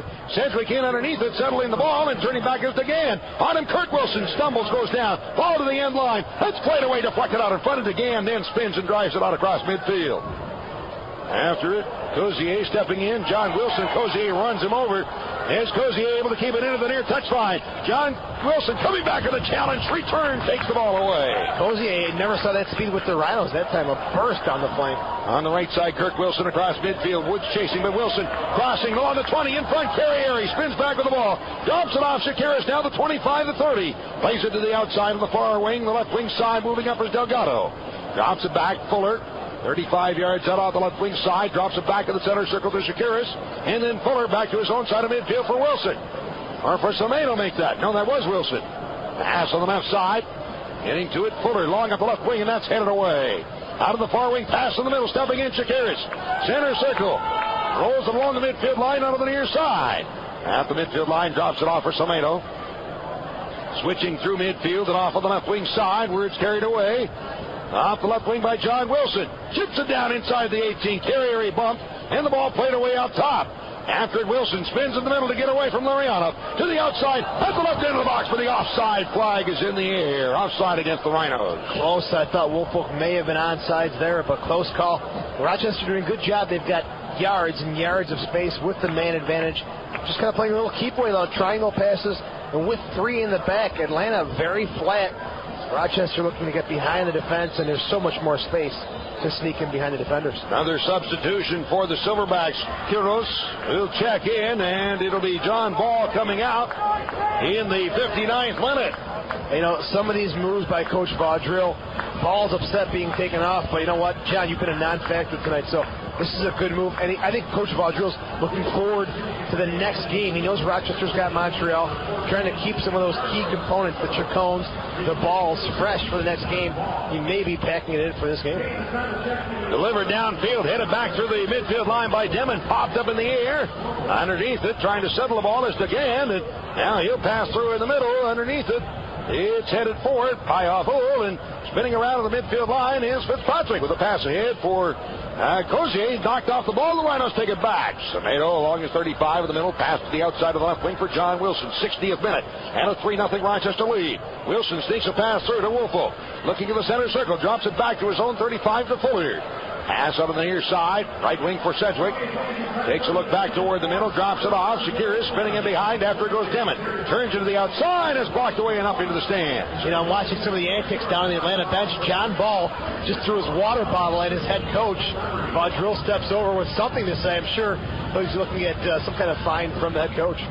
Here at the near end of the box, moving in is Mariagu. Turning to the end line, across in front, but it's knocked down off the 8-yard line, carried away by Shakiris. Spins it to the outside of the near wing, and Sedgewick on the right wing drives it out through midfield. Back go the Silverbacks. Got to stop it at his 18 is the keeper, Parton. Rolls it ahead off into the middle, and it'll be carried away. Afu being chased by Carrieri, spinning in behind, throws it to the outside on the far wing, and not near the midfield line. Pass in the middle for Yota. Spinning back, a pass in the center circle, skipping by Fitzpatrick out of the near wing. DeGan one touch toward the middle, Fitzpatrick. Drops it off, turn to the outside again, Woods on the left wing. He'll send it up through midfield, but that skips out of bounds on the near side, and a throw in for the Rhinos from their own 35 on the near side. It's more exciting watching what's going on with Ball and Vaudreuil on the bench. Really classless move, though, by John Ball, throwing the bottle at your coach. No class at all. Through midfield, Carrieri in underneath it, but he's pushed off the ball. It's recovered by Woods, and a pass ahead of the near wing for DeGan. Sneaks it on the left wing side. There's Lariana. Pass off to DeGan, and the Silverbacks with the ball. Across midfield, Mariagu. Pass in the middle for Cozier. His feed toward the middle for Yota. Back heel, but that's intercepted by Demon. The Rhinos turn it the other way. DeGan up the left wing and across the midfield line. Rhinos on the attack. Drop back to his own side of midfield for John Wilson. 62nd minute here at Frontier Field, and a 3-0 Rochester lead. Out of the near wing, Sedgewick settling the ball as he's being pressured now by Lariana. Pass ahead to midfield for Fuller in the center circle. His feed off to Shakiris, drops it back along his 35. And Semedo working it forward to Shakiris, drop pass, Demon out of the far wing, and running onto the ball goes John Wilson. Wins the race, then runs into Fitzpatrick, and they both go down. Pass in the middle, up with it, Mariagu.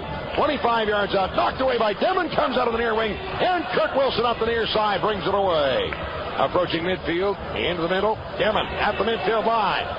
Takes a look downfield, to the outside, on the near wing for Carrieri. Drops it back across midfield, and in the ball is Sedgewick. He'll play it all the way back to his keeper. A little keep away here, Rochester. The fans not happy to see them go back. Some movement off the ball would definitely help here, Rochester. A little stagnant sitting, waiting with the man advantage. You've got to keep moving off the ball, take advantage of that wide open space. Here we see it again. Wolfolk turning to the outside. That's blocked away and up into the stands on a play on the far side by Quiros. Throwing to midfield. Well, a substitution coming up for the Rhinos. As Doug Miller in and Kirk Wilson out here in the 63rd minute. John Ball shaking every Rhinos player hand on his way to the locker room. He's leaving Kirk Wilson. Bit of a quiet night. He'll come off for Doug Miller. Wolfolk drops now back to right midfield. So a little tactical adjustment here for the Rhinos. And this is a good move. You've got the speed of Miller and Carrieri against three tired, flat Atlanta defenders. Should expose some weaknesses.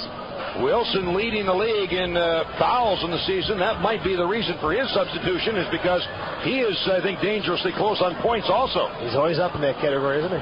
He likes to be up that pesky list. Flighted down inside the Rhino 18. Zagar has it. Waits for pressure.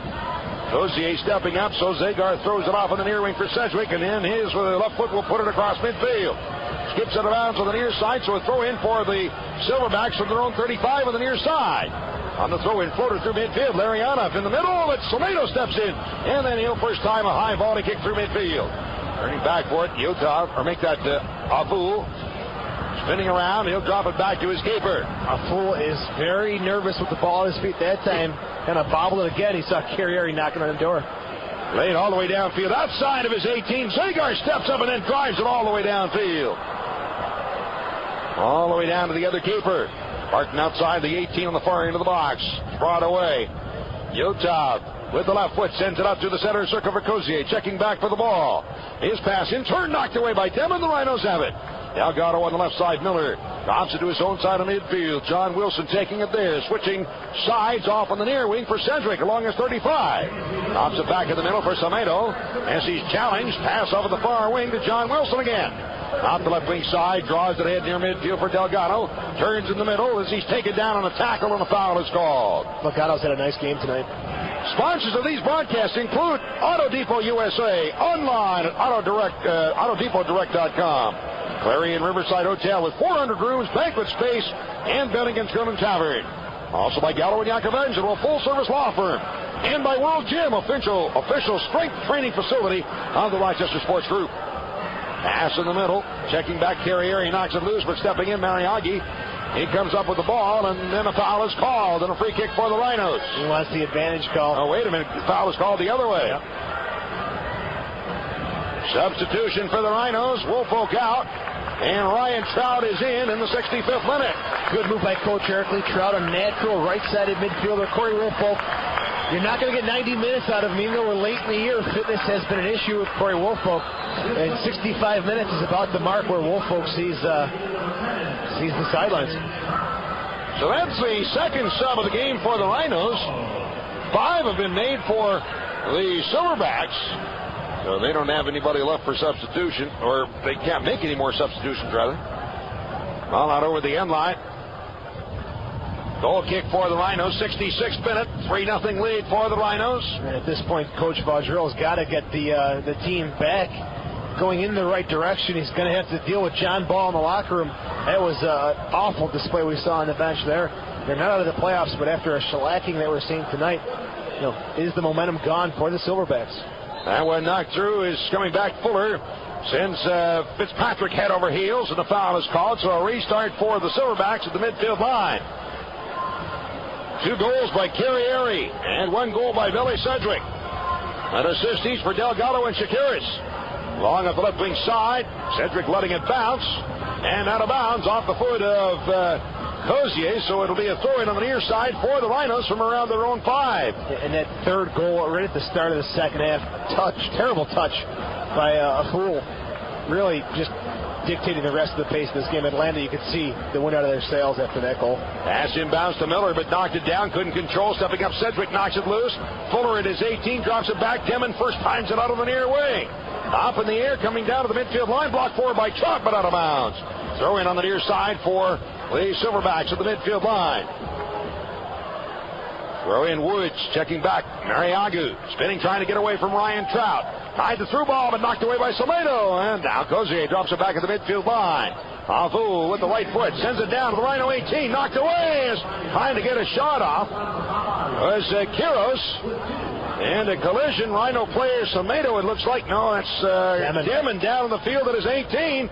And the referee coming over to find out how he is. Yeah, Kiros came in with the right boot, getting Demon, I think, in the midsection. But Demon, good to see him get up off the ground. But a good cutting move from Kiros trying to get around the Rhinos' defense. Other sponsors of these broadcasts: Golden Memories, the bus company the Rhinos use.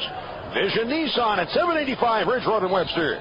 Salvatore's Pizza, the families from Rochester are proud of it. And by Zweigels, providing sausage and meat products since 1880. Kick flighted through midfield. Headed on the far side by DeGan, out of bounds into the stand. Throw in for the Rhinos from 35 yards out off the left wing side. Here's Delgado with the throw-in. Low line drive throw-in, short into the box, but knocked away and out of bounds again. This off the foot of DeGan and out, so another throw-in for the Rhinos. That was rather Miller with the throw-in. Off the left wing side. This time the throw-in from 20 yards out off the left wing. Miller This time a little further on is trying to flicking it on to his Delgado, but it's knocked down. Far into the box, pushed to the outside by DeGan. Checking back for the ball, Kiros, and he spins to get away. Now, flag in the air. The ball was out over the touchline, so another throw in for the Rhinos. Deep on the left wing side. Another substitution coming up for the Rhinos. Pato checking in, and Shakiris will step off here in the 69th minute. And Shakiris, I think, was given a gift tonight by Chacon, who refused to play any defense, and that really shaped the pace of this game. Rochester completely dominated the midfield from that point, and I think Shakiris deserves a nice round of applause. He did a nice job. It was one of his better games here tonight. Without a doubt, and you get the creativity of Pato Aguilera. Hopefully, he'll be able to pick apart this weekend Atlanta Silverbacks defense. All right, so Pato is in. Throw in off the left wing side for the Rhinos. Rochester leading 3-0. A must win for the Rhinos. Turn to the outside, drawn by Miller along the left wing side. Now gets tangled up, and a foul is called on the Rhinos. Restart for the Silverbacks from their own 20. No, the ball evidently out of bounds. A throw in for the Silverbacks. Ducosi immediately as he's checked by Pato, and the ball knocked loose. John Wilson spinning back, plays it along the midfield line for Fuller. In the center circle, rolls it to the outside of the near wing for Sedgewick. Cross midfield for Trout. Checking back for the ball, drops it off on the outside, and Sedgewick up the near wing to Carrieri. Down to the 20, spins going to the corner, being ground onto by Lariano, taken down hard, and a foul is called, and the Rhinos will have a free kick 8 yards out, near into the 18-yard box. That's a tough call. That's got to be a yellow card. Lariano, just no intent to play the ball. Taking down Carrieri, he uses that speed to turn the corner and then try to serve it in the box there, but that's a tough foul there by Lariano. I agree. It should have been the card, but the ref figuring he's done enough damage to the Silverbacks tonight, I guess. Card's a card, though. It is what it is, right? All right, so Pato will serve it up. Again, about 8 yards out off the right wing side. There's the chip into the box, backdoor side, but that one headed away and out. All the way out to around the 40 on the left wing for Samaido. As he's watched by Kiro, spins to get away, then plays it to the outside. Drop back again to Samaido. On the left wing and feeds it toward the middle for Pato. Drops it back at the midfield line for Samaido. Turns and looks upfield. Rolls to the head of the left wing side, but in behind. Who was offside? Rhinos had about 4 players lined up across the back line. Who was offside? They're going to say Delgado, but I think everyone was even there, and it was 4v3. Rochester continues taking advantage of this one-man numbers up situation. Here's the chip through midfield into Rhino territory, but Samaido hits it right back out to the midfield line. Getting to it in time to keep it in play. It was Miller. On the left touchline, sneaks toward the middle, and he's taken down hard. Another foul, another card.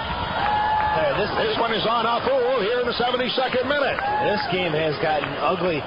Atlanta apparently did not want to come and play tonight. Instead, a little chippy here, a little chippy there. Maybe trying to get out of here with the draw.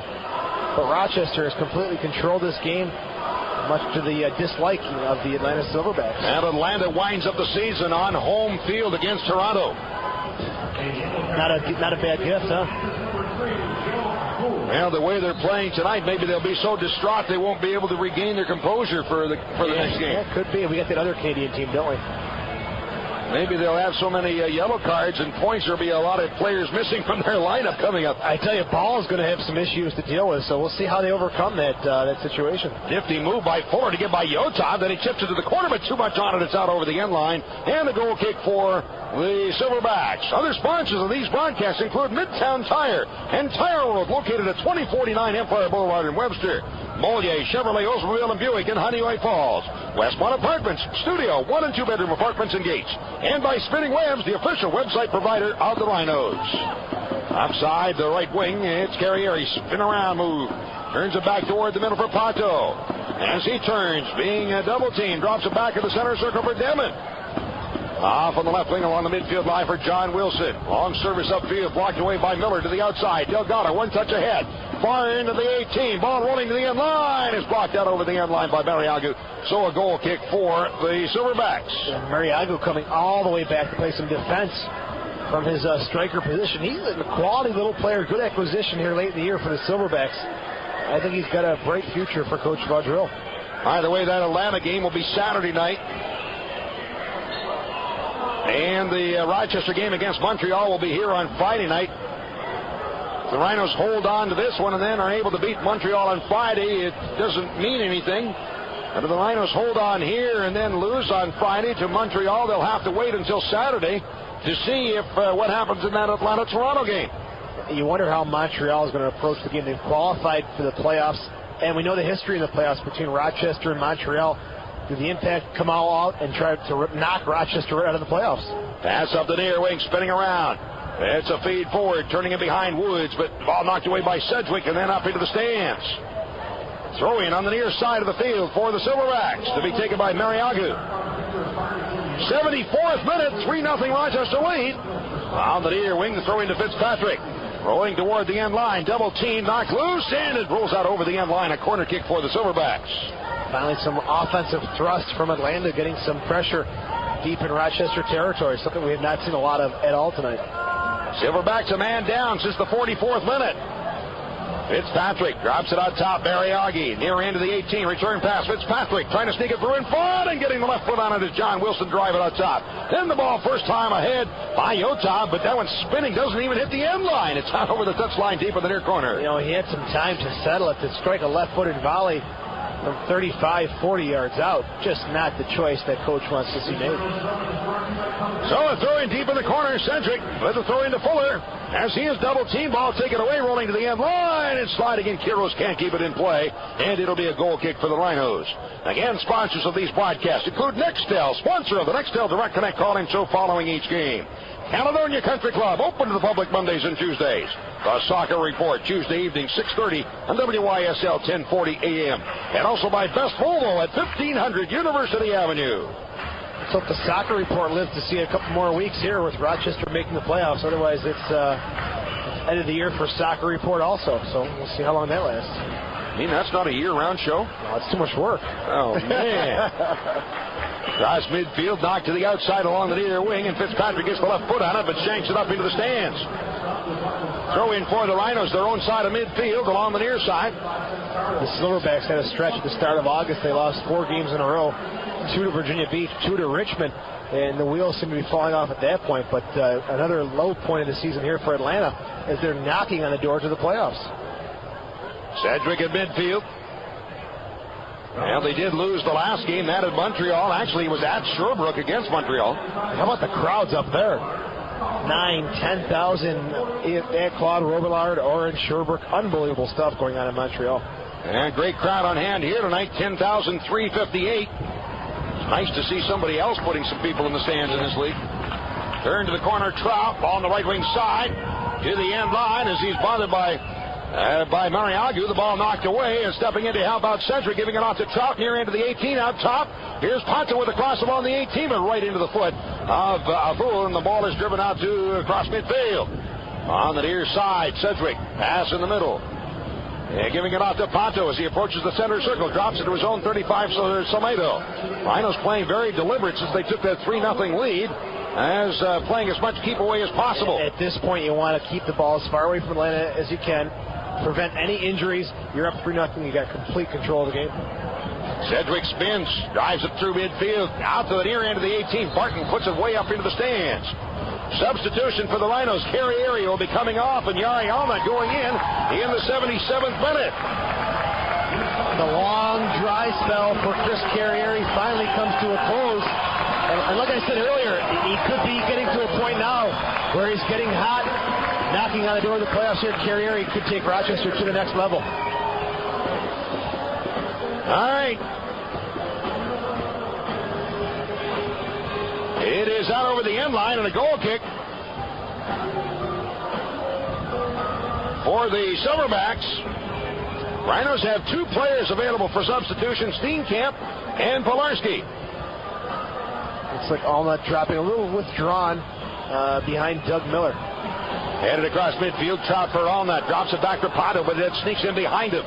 Into the center circle. Knocked loose off the foot of Yotov, and the Rhinos after it. Here's Miller. Down to the 20. Right foot takes the shot, knocked away. Allnut moving in. That shot kicked away by Barton. The sliding save, a kick save, stacks the pads, and the ball brought away.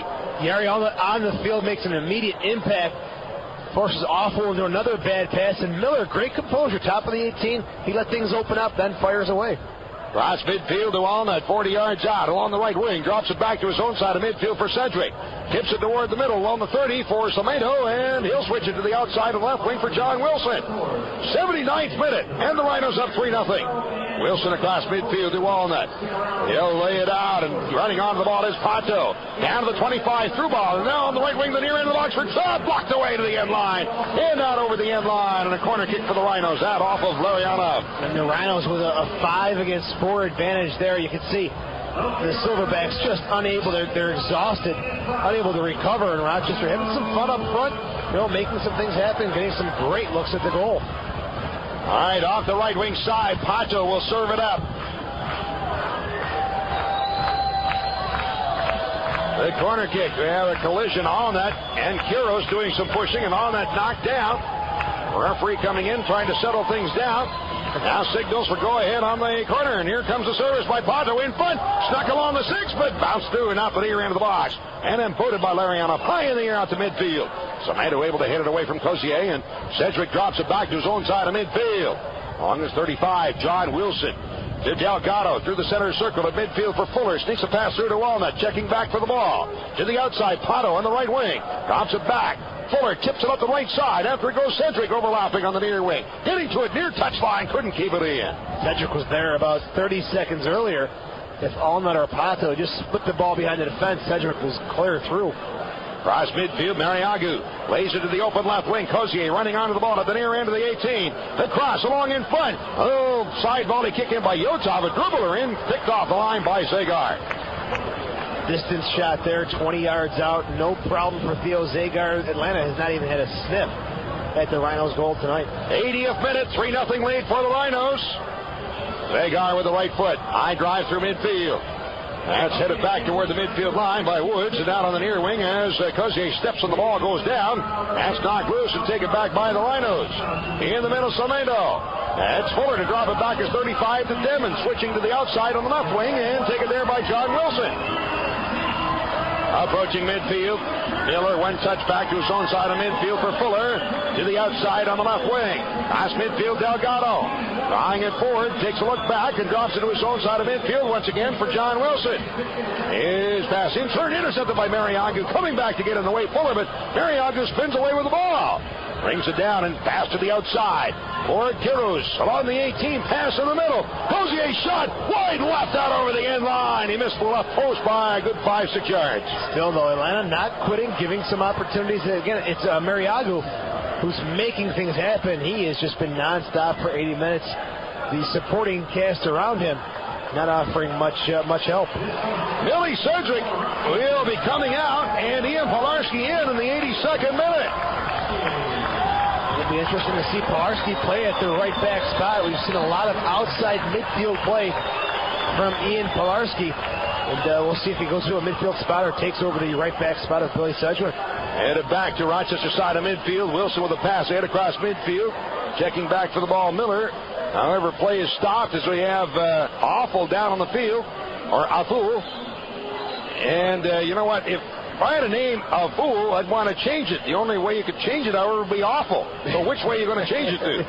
You can't win, and that touch he had was awful tonight. I think I'd go and ask for a whole new name. Yeah, I think so, too. That's not a bad idea. He has had a rugged night. Well, he's up and seemingly all right. As the trainer coming out to attend to Joseph Afu, 25-year-old from Accra, Ghana. I tell you, that is where Franco Doy is from. You get the sense that this team, Atlanta, is in disarray. Mariagu and Afu arguing about coming off the field. So Vaudreuil, I think he's got major situations on his hands that are starting to surface here, and we're seeing here. It's not a good situation for Atlanta to be in right now. And it seems like the one who's trying to run the interference for the coach is Iggy Malinka. I think that's him, isn't it? He's the assistant. He is in a tough position between coach and players, and there's some issues here that we can obviously see. Ball kicked away downfield. Zagar stops it, pass out. Well, actually, a foul evidently was called, so it'll be a restart for the Silverbacks, their own side of midfield. 83rd minute now, and a 3-0 lead for the Rhinos. Vaudreuil, who did play for Bruce Arena with DC United, so he's got some experience with the master of coaches in American soccer. We'll see if that experience helps him out here in the run. In the center circle, long chip off the left foot. Down at the 18, headed away by Allnet out top. A roller down to the end line, is out over the end line and out of play, and so it'll be a goal kick for the Rhinos. 84th minute and a 3-0 Rochester lead. I'm not sure if Woods is just exhausted there, but just a very lethargic effort. Like he doesn't even want to strike the ball with any pace, any passion, and just harmlessly rolls wide of the net. Atlanta has been dominated and been very flat tonight. So the goal kick from Theo Zegard with the right foot. Low line drive kick through midfield. As Allnet bumped from behind. No, actually Allnet's going to get the yellow card as he gets tied up along with Afoul. They're called for backing in on Afoul. Yellow card in the 84th minute. We've seen a lot of plastic here tonight. It has been contact before the ball, after the ball, during the play. Again, no love lost between these two teams. 5 cards issued to the Silverbacks and 3 to the Rhinos. 8 on the night. Downfield sneaking through inside the 18, and that's stopped by Zegard. And the Rhinos with a bit of a point to prove they've lost twice this year in the only 2 meetings with Atlanta, once at home and once down in Atlanta. So coming out strong to prove a point. Zegard with the right foot. Floats it out through midfield. As that one sneaks by over Delgado, and the ball pushed back across midfield. Turned to the outside off the Atlanta Silverbacks. So is it a foul or is the ball out of bounds? Evidently, a foul was not called. It'll be a throw-in on the far side for the Rhinos. Checking back, Fuller drops it to the outside, but not off the foot of Cozier and out. So another throw-in for the Rhinos. They're on side of midfield at the far side. Throw in back to Sanedo along his 35. Rolls it ahead to Fuller. He'll switch it to the outside of the near wing for Polarski. One touch off to Pato. Turns out and into the center circle across midfield. Long up the right wing side. Miller trying to sneak in behind Woods. Ball rolling inside the 18. And the keeper Barton out to scoop it up. Barton has just been a busy keeper tonight, especially when you go with 3 defenders. Rochester's got so much experience, able to pinpoint the space and keeping him busy all night. Headed back to midfield, volleyed forward underneath it. Polarski nods to the side. John Wilson volleys that one way up in the air, coming down to the center circle. On that bump, now after the ball, blocks it forward across midfield, but that's taken back. Blocked aside momentarily by Trout, and the Rhinos steal it. Pato drops it to his 35 for Sanedo. With the left foot, spinning back toward the middle, sneaks a pass through to Pato. As he's double teamed in the center circle, knocked away, but to Demon, and the Rhinos have it again. Lays it up to the right wing side for Polarski, approaching midfield. Low kick through midfield. Miller, one touch to the outside. On the right wing, Trout, down to the 5. Here's the cross, in front, Miller, 10 yards out, spinner on shot. Oh, he hits the outside of the net on the short side. Nifty move by Doug Miller to even get the shot away. It would have been great to see Miller finish that one. He started the whole play with a beautiful one touch with the inside of his right foot, springing Trout down the near flank, and then Doug Miller with a defender all over his back. Great job just to turn and get the shot away. Out to midfield, on the midfield line on the far wing, Fuller and Mariaga tie up, ball rolls out, throw in for the Silverbacks at the midfield line. Mariaga with the throw in, going back on the throw in to Afoul. 87th minute and a 3-0 Rochester lead. Down inside the 18 where the keeper Barton will push it to the outside again. Afoul on the right wing will then drive it out through midfield. Knocked aside by Fuller, but stepping in, that's not Afoul. Here's Afoul right here. Who was down on the outside down there? Was that DeGan maybe? And a pass on the near wing, brought up the left wing side by Larionov as he's watched by Polarski. Nifty step over on the ball, but Polarski doesn't go for it. Now he does knock it away and out of bounds. Throw it on the near side for the Silverbacks. And Polarski did a great job. He delayed him, and then Trout came over for the double team. When he saw he had the support, then he applied the pressure. Great stuff. Here's a chip down in front as Fitzpatrick sent flying out over the end line by Polarski, and a foul is called. They were close to a penalty kick call there, just outside the 18. As I'm sure Atlanta hoping for that little extra nudge into the box. Free kick for the Silverbacks. Again, just out the near end of the 18-yard box by a couple of feet. Ball will be placed. Yotov will serve it up. Left-footed kicker, a 2-man wall at the near end of the 6. That's chipped down inside. Hit ball in, knocked down, off the line, and kicked away by Allnet. Gary Allnet knocked the ball down and dribbled it away out of the 18. It's good positioning. He's on the post, covering for his keeper. Holds his ground, wins the ball. Now service down in front, and hit ball, and it's up over top of the net and in behind. A goal kick for the Rhinos. And that's something that, all good teams do in training sessions. Restarts, corner kicks, they put the guys on the post, and they just drive balls to that space there. And Allnut there showing his worth getting on the post. Now the 89th minute, 3-0 lead for the Rhinos. Rochester, a victory here tonight will move them back into a playoff spot. And then it'll depend on the final match for each of these teams. And actually, you can say that it'll depend on the final match for now 3 teams if the Rhinos win this one, because Syracuse all of a sudden becomes part of the mix. Syracuse has been on a great run. A little hiccup there in the last game, but I think Laurie Callaway's got those guys focused enough to make that final push and enter the playoffs. Pass ahead through midfield. Miller, one touch to the outside. Delgado draws it forward. Down to the 20, the far end of the 18. Ball rolling to the end line. They won't get to it in time. It's a goal kick for the Silverbacks. Martin takes the ball. Why does he run through the box? He's the team that's running out of time. Well, he's got the corner of the 6 in the dirt on one side, so he'll take the grass. Yeah, last time he ran from this end to the other side. Oh, did he? Yeah. I didn't see him kick it off the dirt. That's interesting move. No, he didn't. He didn't actually go all the way to the dirt, but he did run across the length of the 6. Miller's in behind, another offside against the Rhinos. He just wants to stop the bleeding. He's had a rough night. All right, so a restart for the Silverbacks.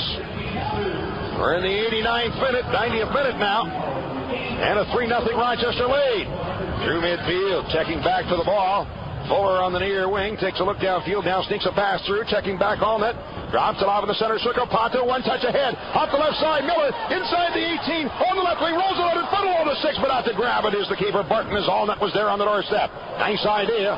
Oh, here we go again. Now Barton is chasing Allnut as they collided inside the 18, and Allnut just stopped. Barton was going to take a little poke, but decided against it. Off the near wing, spin around to midfield. Trot takes it away from Fitzpatrick. Through ball, Allnut moving in, sneaks a pass in, got a toe poke on the ball, but that's scooped up by the keeper, Barton.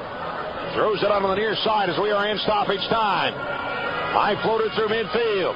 Back is Demon to nod it to the outside on the near wing for Salado. Did you catch how much stoppage time? 1 minute. And in front, Demon rolls it ahead. Out to the 35 for Pato. Looks downfield, sneaks the ball through on the left wing side. After it goes Miller. He's onside. Far into the 18. Down inside the 18. Turns toward the middle. Grabbed onto. No call. There's a shot in, but wide of the man. And the whistle blows, and a foul was actually called on Miller. Yeah, he lost possession of the ball, then tried to take down Fred DeGan, but he had Delgado wide open. Just touch it central, and he'll neatly tuck it away, but Miller a little too long with the ball. So the free kick for the Silverbacks. Whistle should blow momentarily, and the Rhinos will be back in a playoff spot, a point ahead of Atlanta. Look at Chacon walking towards the locker room. He's limping. Looks like it's his right leg. Through midfield, Pato steps up, chips it back, and there's the whistle, and that's it. The Rhinos come back on the winning side of the ledger in strong fashion here tonight. Rhinos in a must-win situation, not only come up with a win, but coming up with the victory in convincing fashion, and hopefully that'll be the morale boost that they need to get on a roll. So a nice game for the Rhinos as they defeat Atlanta. Move 1 point ahead of the Silverbacks into the final playoff spot. They'll see if they can hold on to that playoff spot come Friday night. All right, the final tonight from Frontier Field. The Rhinos 3, the Silverbacks nothing. And this is the Raging Rhinos Radio Network. Field tonight as the Rhinos have defeated the Atlanta Silverbacks. 3-0 is the final score. And the Rhinos, boy, you talk about a needed medicine. And this was the pill here tonight for the Rhinos right now. It sure was. I mean, 10 days off, it did wonders for this team just to get refocused and do the things they needed to do. And they came out hard. Coach Erkley, I talked to him last night. The theme was pressure, and we saw them pressure the Silverbacks into mistakes. A fool made a mistake, and Rochester made him pay the price there. So good pressure, good choices of double teaming around the field, and it works out great for Rochester tonight. All right, here's the story. Atlanta now, as they were in the 4th and last playoff spot, dropped to 5th. Atlanta in 27 games played a 14-11-2 record with 44 points. Rochester now, with also 27 games played, move into that 4th and final playoff spot. The Rochester Rhinos with a 14-10-3 record, 1 point ahead of Atlanta. So the Rhinos could still come up with 48 points. The best that the Silverbacks can do is 47.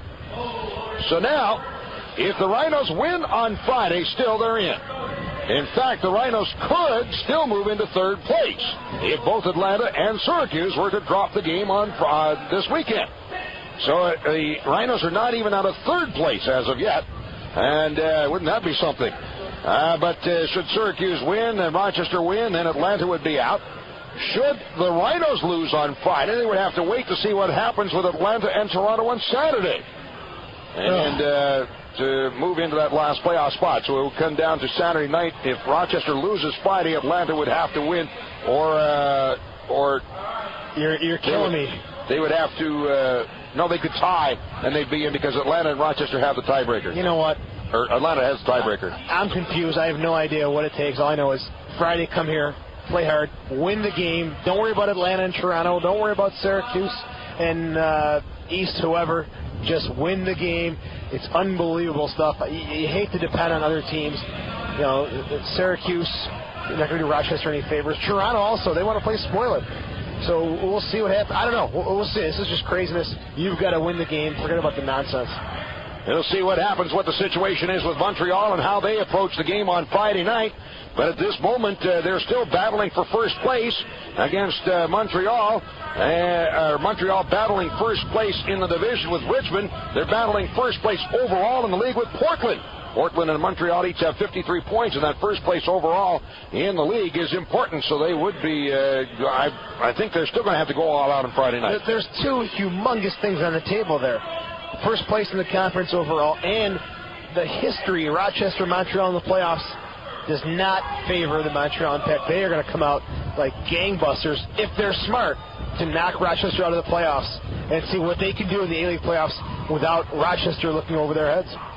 All right, let's take care of these things here tonight. The Chase Pitkin play of the game tonight. What do you think? I like Billy Sedgewick's goal. It was a rocket, just a cannon ripping through the net.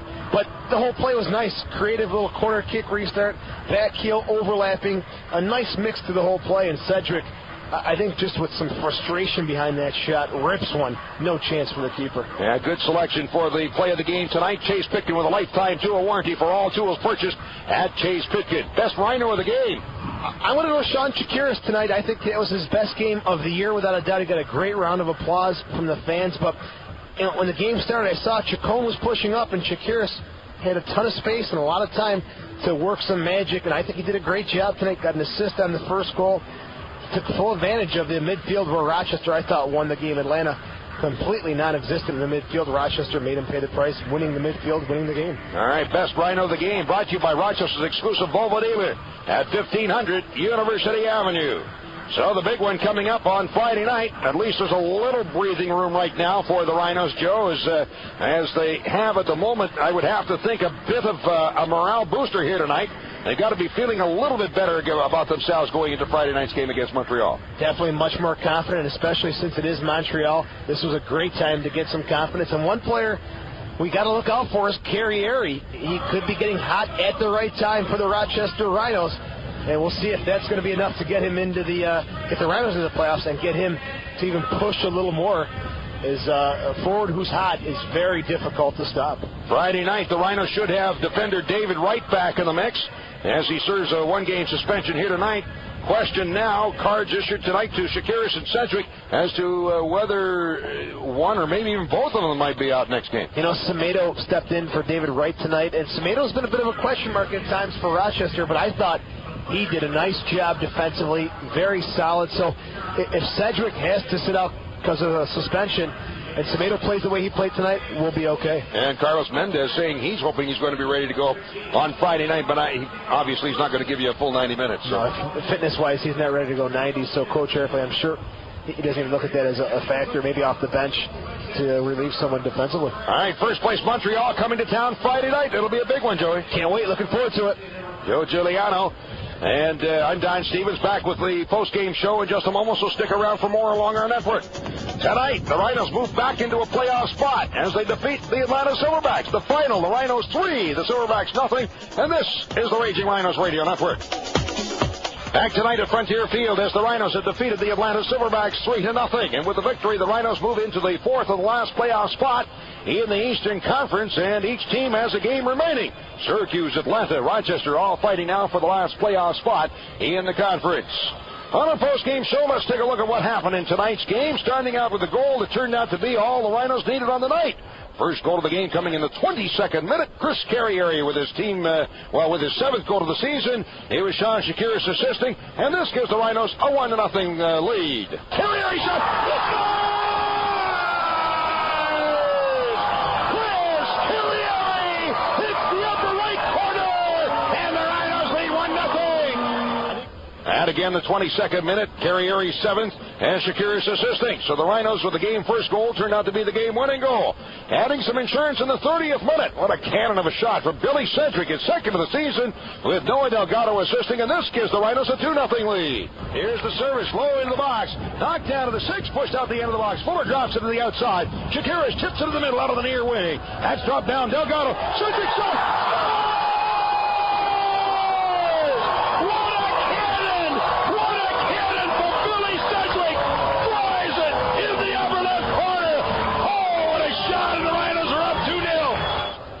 That goal in the 30th minute, Sedgewick scoring his 2nd of the season, Delgado assisting, and the Rhinos going into the locker room at the half with a 2-0 lead.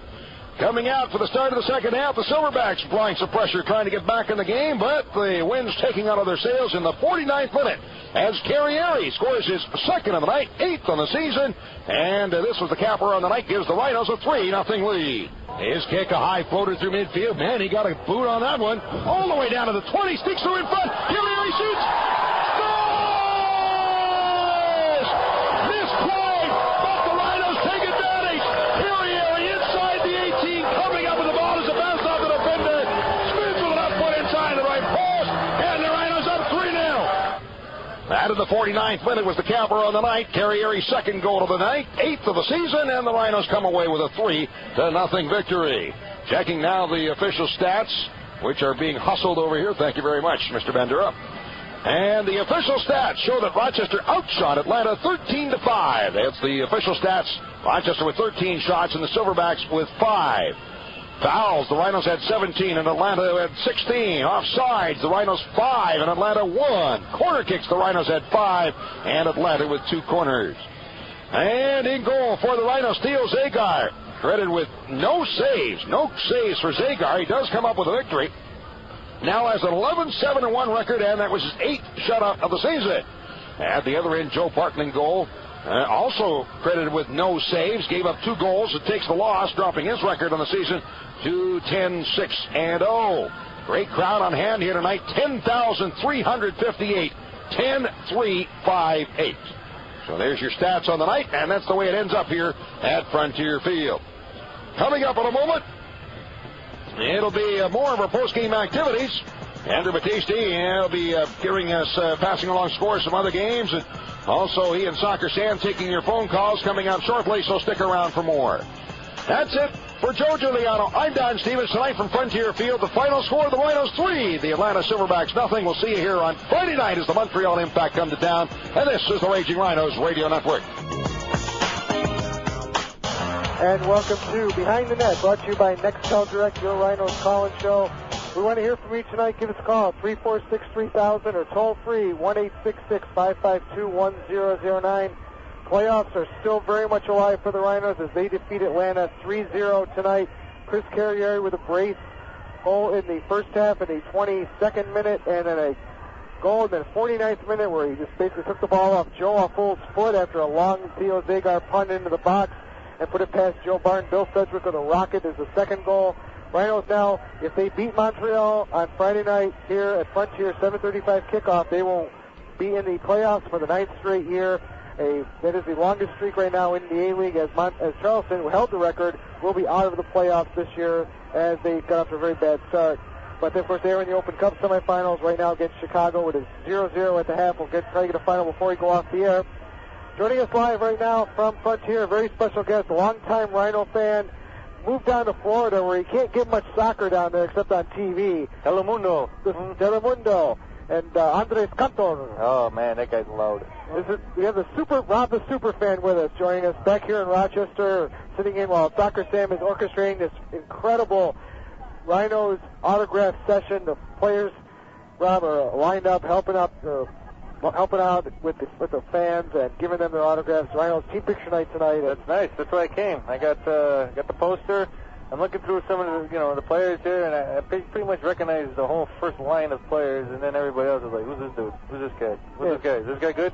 Who's that guy there? That is Don, the voice of the Rhinos and Amerks. Who is that guy? Don Stevens. Thank you very much. And Joe Giuliano. Hey, Joe. That's Joe. I know him. You know Joe. I know Joe. Unfortunately, my ugly mug is not in the picture. And why is Sam? Why is it? I don't know. Maybe, they went for the panoramic shot. You understand? Maybe next year. That big dome of yours wouldn't fit here. Hey, dude, when you say you're literally, the net show behind the net, you are right there behind the net. That's right. That is cool. And in front of us, in between the table here and the net, there is you'd think you'd be in Disneyland. There's so many kids walking around here trying to get autographs. I think this is the greatest thing I've ever saw. This is nice. It is. And speaking of nice, joining us now here on Behind the Net is Rhinos correspondent, the co-host of the Soccer Sam television show, seen every Saturday, noon and midnight on WB16. Lindsay Andrasic joins us. All set there, Lindsay? I think I'm all set. I think I'm finally all hooked up. She got two microphones. She's got a radio mic and a TV mic. There's no cameras here. You don't need this one. I know. The autograph session here is getting crazy. It is. Rob the Superfan here, sitting in for a bit, joining us all the way from Florida.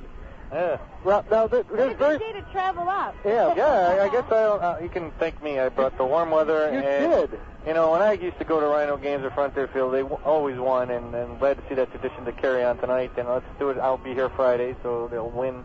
They better win. Yeah, well, the Rhinos need at least a tie. Oh, they could tie. They could push. Yes, they could. Actually, they don't even need a tie now. Theoretically, the Rhinos... Boys, coming off a game like this, they're going to win. They're going to definitely win on right. Now they believe they can play like this. All the critics out there, all the media, all the fans that say they can't do it, the Rhinos come out here and are just on fire tonight. Not one goal, not two, but three. They had some trouble scoring. They came out here ready to win. They knew what they had to do. So everybody that's had doubt in them, they're ready to go. Once it's playoff time, like I said before, teams like Montreal, they get out in the first and second round. Rhinos are here to stay. Oh, calm down, Lindsay. You're not Soccer Sam here. You're saying they don't have to win. I mean, like other teams have to lose. Yeah, if the Rhinos do lose to Montreal on Friday, if Atlanta loses to Toronto on Saturday, the Rhinos will still get in the playoffs. Right. Rhinos are 1 point ahead of Atlanta. This team Atlanta here. The only two teams Montreal and Richmond are the only two teams that have actually clinched playoff spots. If you want, I'll go into the locker room and do some Nancy Kerrigan. I'll take out somebody's knee or something. No, I'd do that. I'd take one for the team. No, Tanya, we don't want to do that. We want to be honest here. You wimp. Well, the Rhinos will clinch a playoff spot if they win on Friday against Montreal. I can take the air out of the tires. I'll be stuck here. Well, Montreal is playing tonight. Actually, they did play tonight up in Montreal against Edmonton FC and won 2-0. So Montreal with 8 straight shutouts. New A-League record. It's amazing. Greg Sutton, actually, I talked to Stefan Bonfi from the Impact earlier today, and they held Greg Sutton out, the A-League's leading keeper. They held him out tonight. They want him to try to break Pat Onsted's shutout record here in Rochester on Friday. That's stupid. I mean, why not give the guy 2 chances to get the record? Well, that's a good point. I mean, I think that they're trying to maybe rub it in. I don't know. Montreal has clinched the Eastern Conference. They really have nothing to play for. You can't understand the French, huh? Well, they basically have nothing. The only thing they have to play for is the A-League regular season title, which really doesn't mean anything. It's an honor, but it doesn't. What is you wouldn't have I don't expect you to have this on hand, but I think you would probably know. What is the least amount of goals scored against one team for the A-League record? 15. And they're what? That's the Rhinos, 1998. They pretty much got that, don't they? Yeah, well, unless the Rhinos score 6 goals on... It could happen. It could happen. It could happen. It's possible. Looking it up in the book. I'm just checking here just to make sure. I believe the record is 15. This kid's prepared, man. Andrew, Andrew's a man. He knows his history very well as stats. Yep, Rhinos gave up 15 goals in 1998. Pat Onstad had 16 shutouts that year. Greg Sutton has 16 shutouts for Montreal right now. So basically, Montreal's only given up 10 goals this year. That's unbelievable. Absolutely amazing. But people say soccer's boring. No scoring. I mean, look at that record. That's a tough record. Well, I don't know what the attendance was in Montreal today. I'm sure they had a huge crowd. This is their second to last home game. They're pulling, dude. Montreal, though, all season has had a pretty good crowd. You know, consistently they're averaging, 8,000-9,000. At least. Past couple games have been over 10,000. So it's Montreal. It's nice to see some A-League teams, besides the Rhinos, finally getting the crowds that they really deserve to have out there. That free cheese promotion's working for them, I think. Yeah, Joey Saputo, if you don't know, the owner of the Montreal Impact, is a big dairy producer up in Montreal, in Quebec. Lactating guy. We want to hear from you, the fans, 346-3000 or toll free 1-866-552-1009. We have our first caller here on Behind the Net.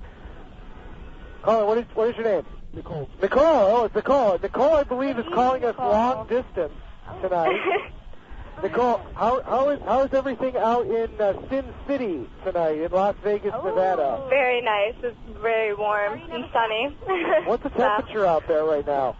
I don't know. It's like in the 90s. Oh, it's actually cold for Las Vegas about this time of day. What do you work for, the Weather Channel? What do you care? Oh, come on.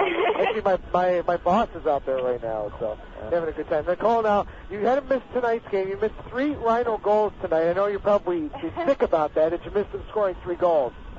Yeah, I found out, and I'm very excited. I'm very happy. I mean, finally scored some goals. I mean, that's great. So hopefully you can keep it up against Montreal.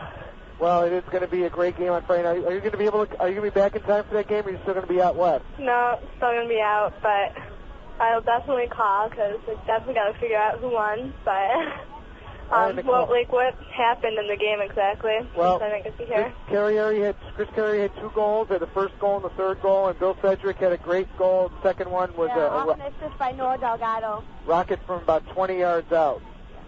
Very nice. I wish I could watch some of the clips. Will you be back in town for Friday's game? No, I think she'll still be in town for Friday's game, or will you still be away? No, I won't. I'll still be gone. So we definitely need to be in the playoffs. Nicole, what are you on your honeymoon? Did you get married over there? No, not quite. She's a little young. I'm taking pictures of showgirls for you, Sam. Oh, no, this is super fan is sitting in for Sam right now, Nicole. How old are you, Nicole? Nicole. I'm good. What's your age? I'm 15. For that kind of talk. No. I want to know if I can ask if she's married or legally. She's 15. All right. Don't get married. All right, Nicole. Have fun in Las Vegas, and we'll see you in the playoffs. You can't even get her. Why go there? I mean, the parents are there. Thanks, Nicole. 346-3000, 1-866-552. We got another call, or we got time to chat for a minute? Actually, we got to take a break here on Behind the Net. We got to let everybody know what station Mr. Rob's going to take off. I got to play. Thanks for letting me hang with you guys. Hey, no problem, Rob. You're 15 and you're in Vegas. What do you do? Hang in the parking lot? What do you do? I mean, you could hit the buffet, but I don't know. Rob, we'll see you. Hey, you guys, Rochester, I love you. And hope our Rhinos win on Friday. Let's do it. Thanks, Rob. All right, bro. Rob, the super fan, joins us live from Rochester via Naples, Florida. Let's take a break here on Behind the Net. We come back, want to hear from you. 346-3000, 1-866-552-1009. We'll have trivia coming up as well here on the Rhinos Radio Network. Straight here. Lindsay, let's go to our next caller. Claudio. Yeah, let's see what they have. Claudio, you're up on Behind the Net. How are you doing tonight? Good, how are you? Good. What were your thoughts on the match? Oh, I want to say how enjoyable the game was tonight. They finally put a complete game together, which was great. Yes, they did. I'm sorry? Yes, they did. And finally, more than 1 goal scored tonight, right? Yeah, it's about time, huh? It's been so long that we've seen over 2 goals scored by the Rhinos. But what I want to say is they finally had smarted up and they put Ian Fuller back into the defensive midfield, which solidified the defense. The first few games that they had, Fuller was playing the defensive midfield, and what happened? No one really scored on them. He left, and they were scoring too many goals on him. They finally put him back into the defensive midfield, and we got a shutout. That's a great point, Claudio. That's the first time that Fuller has been. He's been playing up top for the Rhinos, but tonight Coach Erkley went with Carrieri and Woolfolk up top, and that really changed things. It did, actually. They finally had someone who was able to win the balls in the midfield, which they were lacking for so many games. Claudio, my cousine, it's me, Soccer Sam, baby. I'm finally back. Let me tell you what happened. Last game in Atlanta, second half, Fuller came into that position and basically controlled the whole middle of the field. So when I saw that happening tonight, man, it was a great thing. Oh, yeah, it was great. I'm telling you, it was fantastic. So, but let's go Rhinos on Friday. All right, big game, huge game Thanks, Friday. Claudio. Thanks, Claudio. Hey, Andrew, Lindsay, baby, let me tell you what I'm thinking here. Where's all the people that were killing this team last week, a couple weeks ago? This is the greatest team ever assembled in the history of soccer. Andrew, don't shake your head. Don't throw me. I mean, come on. This team they could have scored 6-7 goals tonight if they were in the mood. They just weren't in the mood. Did you take your pills today? Let me tell you, honestly, we dominated play tonight. Oh, yeah. Absolutely. The game was, honestly, I'll give you my opinion. I think Atlanta out-hustled us the first 20 minutes, but when Carrieri scored that goal, it was a beautiful set play by the Rhinos. Carrieri took the corner, the three-man game with Carrieri, Shakiris, and Delgado. The ball came all the way back to the one side. Devin whiffed on it, but on his backside, pass it to Shakiris, back to Carrieri, and the goal. Just a beautiful set play. Nice to see him get two. Hasn't scored since Minnesota's July 30th game. Way to come out here with a breakthrough performance, 2 goals. It was amazing. One unassisted. He's on fire. You're amazing, but let me tell you, Sean Shakiris, that man, the passes he gives you are just amazing. Put it right there. I mean, they call him the Samurai. Chris Carrieri, the Samurai, because of the hairdo and the little thing. He looks like a samurai warrior. Just an unbelievable goal. But guys, I'll tell you, I didn't sleep last night. I didn't stop eating all day today. I was stressed like you wouldn't believe. Really, this is probably the biggest, regular season game ever that I can remember, Andrew, ever. I mean, well, the Rhinos in '96 had to win their final game to make the playoffs, and they did just that. So now the Rhinos, their final game of the year, Friday night against Montreal, their longtime rival. How many games have we had against Montreal that have meant so much? This may be the biggest. This may be the biggest one of all on Friday night. Man, I tell you, I never missed the Montreal game, home or away, ever in the history of this franchise, and it is the biggest rivalry in the league. Let's face it. I mean, the teams respect each other, but their whole focus is to beat each other year after year. Joey Saputo, Chris Economides, they're always talking preseason what they're going to do. I mean, Nick DeSantis used to play against a lot of our guys.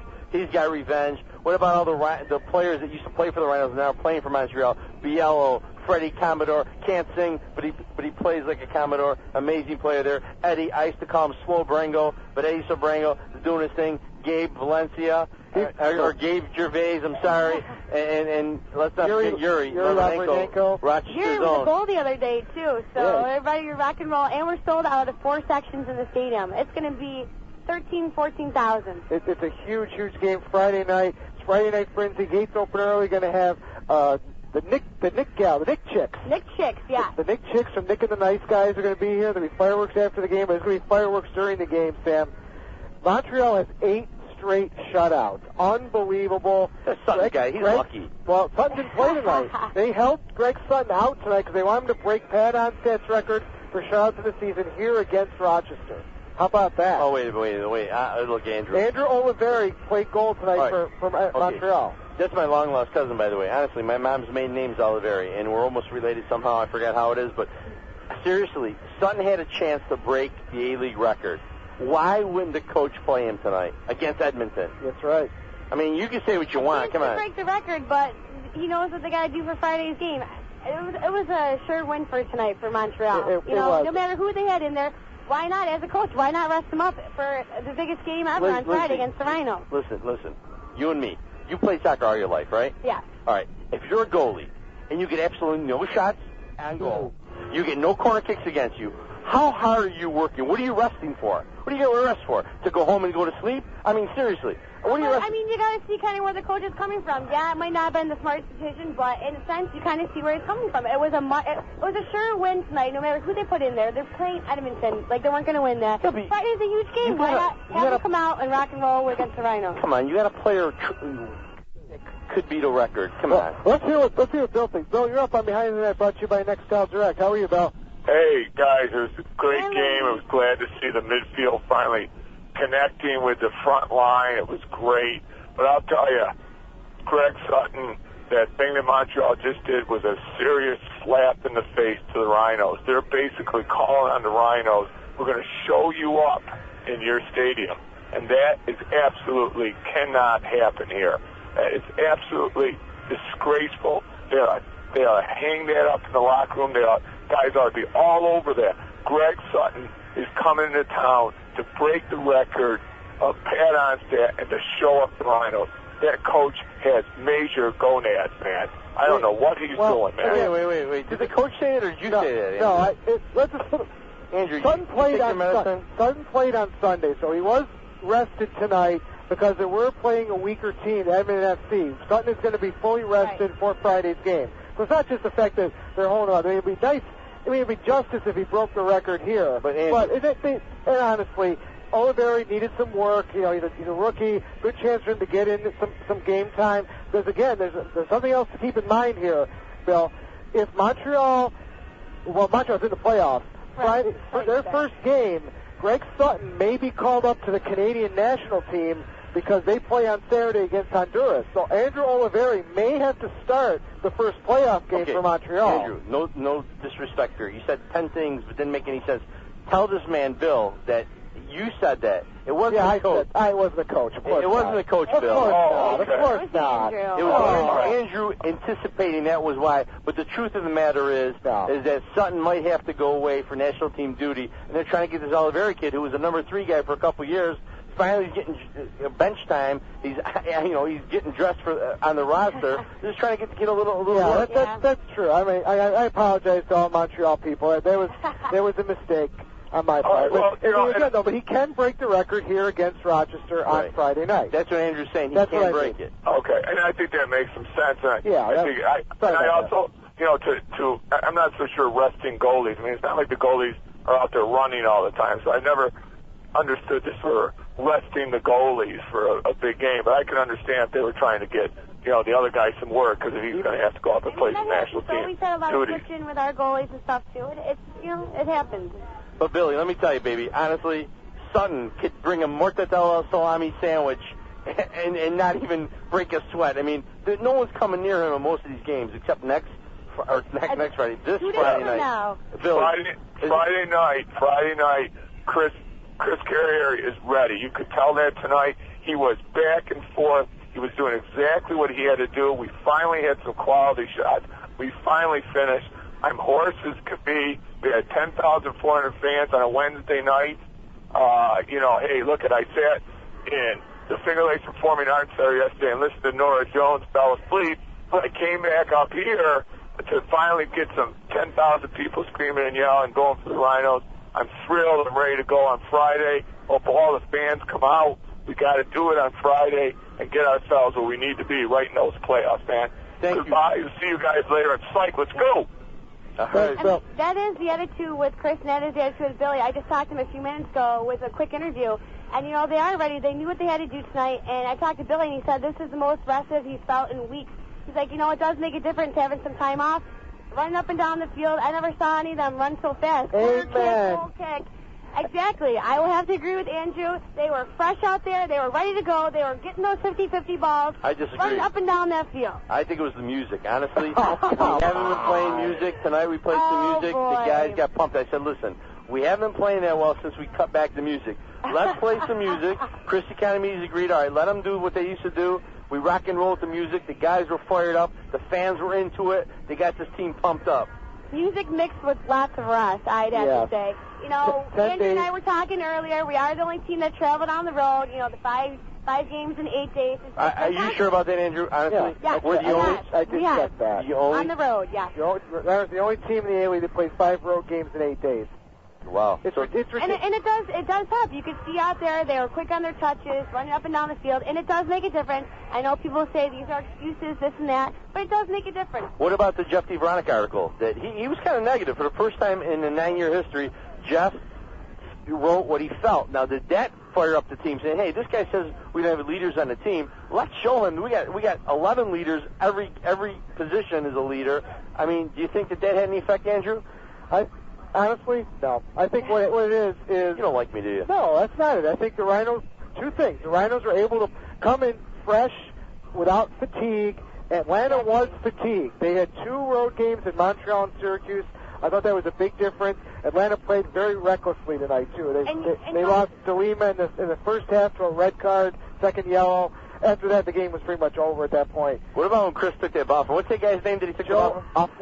Joe Afool. Joe Afool just gave up the ball. Honestly, poor Joe, I think he just lost it in the infield thing. the what do you call this stuff over here? The dirt. The dirt stuff. The dirt that we have on this field of ours. But Theo Zagar should have gotten an assist on that.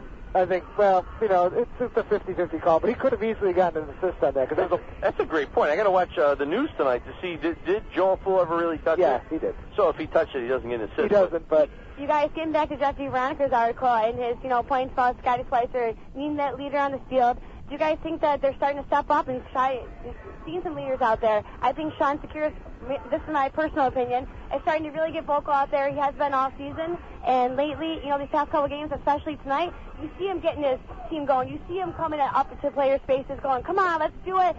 Players hurt on the ground, Noah DeGale when he went home, on the ground for a couple of minutes today, making sure he's okay. Billy Sedgewick, always maybe not the most vocal, but very physical player. He's starting to step up, I think, the past few games as well. What do you guys think? Well, let's see what Ben thinks. Lindsay, you said so much, I don't even know where to begin. Hey, come up for some air for a minute, will you? Ben, what do you think? Do you think this team's on fire? Do you think that we got a bunch of leaders? Lindsay likes Sean Securis, likes Billy Sedgewick as leaders out there. What did you... And always Craig Demon. He's just a quiet leader, but he's definitely a very important leader on the field, too. What do you think, Ben? I think if you're going to have a leader on the team, I honestly think it's Yari Elnut. He kind of fills in the position that Scott Schweitzer had because he could always boost the crowd and get morale. He's always positive, and he's having a fun time out there, and I think he's a positive feeling, and it helps the team a lot. He's very experienced, too, Ben. He's one of the leaders on this team. He's been there for the 4 championships the Rhinos have had, and, with Yari... He gives everything he has out there. He was out there just for a little bit tonight. He got a yellow card, but he had some great offensive chances. Nearly scored a couple goals tonight. Yeah, definitely. We should have scored a whole lot more goals. I have a question. Is the team MVP honors next week? Not next week against Montreal, or what's the scoop on that? Can you say it again, Ben, please? I'm sorry. That's all right. Team MVP, are they doing that on Friday, or... This Friday. Yeah, they're doing that this Friday along with the jersey auction, too. Yeah, okay. The players... awards will be given out. With the community service one, most valuable player, and what's the other one? There's one other one. Leadership, possibly? Yeah, and leadership. Community service, leadership, and MVP. Eric Trendle worked really hard with the players. The players voted on these awards, so Eric Trendle helped them out. So, Ben, Friday, come early. It's going to be pregame. The owners will be down there with the players with the award ceremony. All right, cool. Ben, you're my man, baby. Thanks for calling. Yep. All right, we got to go back to the 1-minute rule here on the show. We got a bunch of people calling. Back to the leadership thing. Lindsay, because I'm soccer's only real journalist, I was at every game home and away. Yeah. I'm telling you, the guys you're mentioning have done what they did tonight all year long. I saw it all year long. The difference tonight was the shooting. Exactly. You saw the confidence. You saw Noah DeGale take shots from outside. You saw my boy Shawnee Securis take shots from outside. That was the difference. But everything that happened tonight, honestly, I've seen it on the road a lot this year. It's just that tonight, it worked, man. It all came together. I'd have to agree. It all came together tonight. Those players have been consistent every single game. They knew what they had to do. They knew the role they had to have tonight, and they're ready to come out that way and do that leadership role on Friday as well, and all the way through the playoffs. Sean's right on target tonight. He got his hands right there to give you a little neck rub there, Lindsay. We're just kidding, Mrs. Securis. Sean's going to join us here momentarily. Yeah, Sean, had a great game tonight. And Sam, I can't say again how big Friday night is. Friday night is the final regular season game. That's why I usually get a fish fry. Is that what you mean? I want people who have never come out to a game, you get your tickets, you call our office.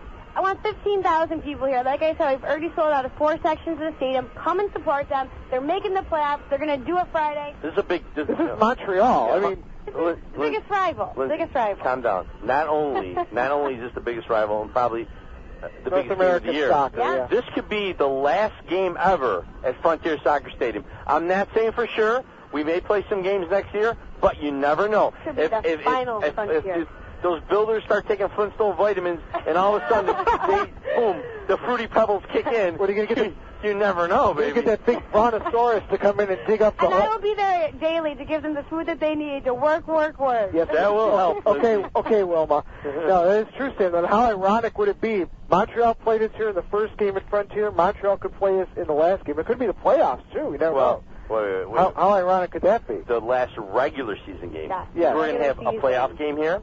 We're going to have probably 2 playoff games here and a championship game here. Possibly. No, it's for sure, baby. Let me tell you. Take it to the bank. Mark that on your calendar. Invest this decision. I'm telling you, we are going to have. Sean, come on in here. Nothing come on in. Nothing against all you fans in Portland, the Western Conference champions. Portland.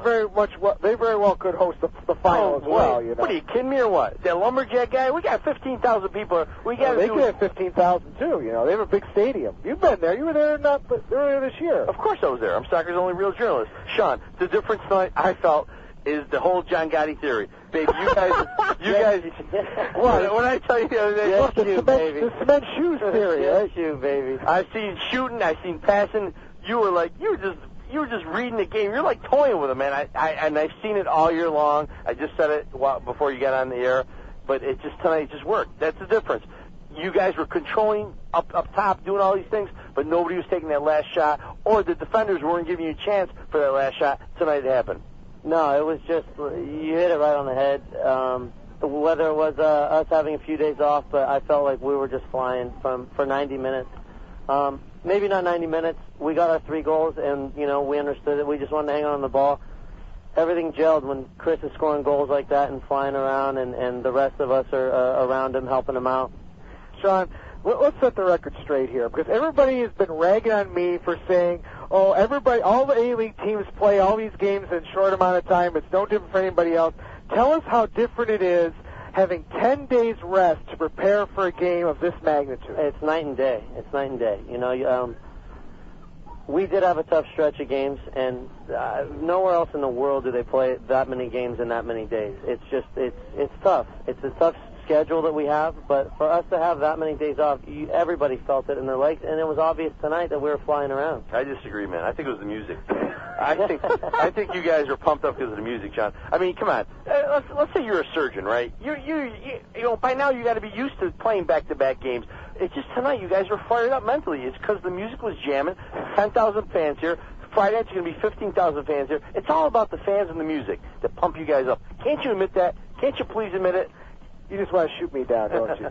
No, what are you looking at? You know, you can have it upstairs, but if your body isn't responding because you're fatigued, there's nothing. Your mind can tell you one thing, but your body's not going to do it. No, I mean it definitely helped that we had a few days off. We had 10 days off. But to play in a game like this, if you're not ready to play in a game like tonight, when your back's against the wall, then you shouldn't be playing soccer, you know. And the guys kind of looked around in the locker room saying, you know, we got to get it done tonight, and we did. And I'm proud of them, man. I'm happy. Now, what about that Jeff DeVeronica article that Lindsay just killed DeVeronica for the way he wrote that article? I mean, DeVeronica's one of my best friends, right. But he was for the first time in a 9-year history, honest to the point, in my opinion, and direct. Were you guys in the locker room saying, "Look at this guy saying we're not leaders out here. Let's show him who's a leader"? You know what? We've heard criticism all season, and especially after our skid that we had after we were 10-2, and then we took a few losses. We know that we have a decent side. We know we have a good side here, and it was just time for us to put it together. And we knew that if we didn't tonight, we were done. And I know that the locker room, the guys in there, we don't want to be done. We didn't want this to be our last weekend playing. That's right, Chris. Sean. I'm thinking of Chris Carrieri because he had those two goals tonight. The Rhinos finished tonight, and that's something that hasn't happened in a while. Those goals are nothing without the assists by Chris. Or Chris, I said it myself. Hey, guys, that's my cue. No. Shawnee, baby. All right. So you never answered my question, though. What do you need? Okay. Did the article in the paper, did that fire you guys up, though? I know you all know you had a win tonight. I know the season's over if you don't win tonight. But did anyone say, hey, guys, let's show these guys that they're wrong, man. We are the greatest team ever assembled in the history of A-League soccer. Yeah, I mean, I don't know what exactly you're getting at, how you want me to answer this. But he wants you to admit that Sam is right. Yeah, Sam, you're always right. No, but you never want somebody to talk that way about a team, and especially when you're on it, especially when you've been fighting for months and months and months, and like, you know, we said earlier, there were a lot of games, and tough stretch, and whatever the excuses may be, you never want anybody to talk that way about you. We wanted to prove that we're not that team, you know, and we don't think that we're that team, and like I said tonight, we proved that we can get on a team, on top of a team, and I didn't feel like they had many chances tonight. Yeah, I mean, they seemed like they kind of not gave up, but I watched them play Syracuse the other night, and Shawnee, man, they were like so physical. And tonight, I mean, they hit you once. The guy, Afu, gave Doug Miller the stiff arm in the neck, but they punched you in the chin, right? Yeah, he got a red for that. I mean, he caught me pretty good tonight. I'm going to have to check out my jaw tomorrow morning. Really? Yeah. Is it hurt? Yeah, it's bothering me a bit, and it's a bit swollen on the outside, but... And he's talking to us here on the I got dog jaw. Yeah, well, you talk too much. No, really, I got dog jaw. Look right here. Look real close. See it? That's an old joke. That's a kid's joke. Sean, Friday night, Montreal comes into town, the Rhinos' biggest rivals. Montreal has the opportunity, if they win, to really hurt the Rhinos' chances for the playoffs. This may be the biggest game that the Rhinos have played all year. Tonight was the biggest. Now Friday's the biggest game. How do you get prepared 2 days hence for Montreal? I mean, like I said earlier, our backs are against the wall tonight. Now we got to put this away from us, get a good night's sleep, get hydrated, and be ready for Friday. And once again, try to come out as strong as we can again Friday. There's my point, though. Honestly, you're not going to have 9 days, 7 days of rest. That's fine, though. It's all we need is 12,000, 15,000 people here and a lot of music. That's all you need. And a lot of shooting, baby. Just shoot, baby. How about the family? They're not here tonight? Family's listening. They're listening. They couldn't be. Wait, they can't. They're in West Coast. They can't come out here every weekend. Yeah, little freaking flyer mouths, Mikey. Why don't you help us out a bit? Maybe you can have them all out here. What about the championship? They're going to be here? If we make it to our next playoff, if we get a win Friday, they'll be out here next weekend. Awesome. Yeah. For Labor Day. Well, Sean, thank you so much for being part of our show. Thank you for what you did out there tonight. The fans really love you here. I saw when you came out, the section I was like way up top, man. They were like up on their feet, like giving you a nice standing ovation. No, the fans are great. They've been great with me all season. They've been great with the team all season. I appreciate it, and when I come off, it's nice to hear and signing autographs for the people. It's a great place to play. I like being here. How about a little shout out to the family? Of course, I wasn't going to miss that. Miss you guys. Hopefully, see you next weekend for the first playoffs. Just got to get a win Friday. Hopefully, you guys are still listening. I know it's pretty late. But I love you guys, miss you, and I'll see you soon. All right, Thanks, Sean. Thanks for having me, guys. John Sekeris, always gracious with his time here after the match. Win or lose, that's a sign of a class act. He's a class act gentleman. I got to meet his whole family, and they're just, like I've said before in the broadcast, I mean, you are where you come from, and the man comes from some good stuff, good people. That's right, Sammy. We have to take a break here and behind it, but before we take that break, we got to give away some tickets. Are you sure, though, baby? It's going to be a sellout. You want to give away tickets? Okay, we're going to give away 4. All right, everybody get ready for trivia. We're going to do it right after we get back from this break here on Behind the Net, brought to you by Nextel Direct on the Rhinos Radio Network.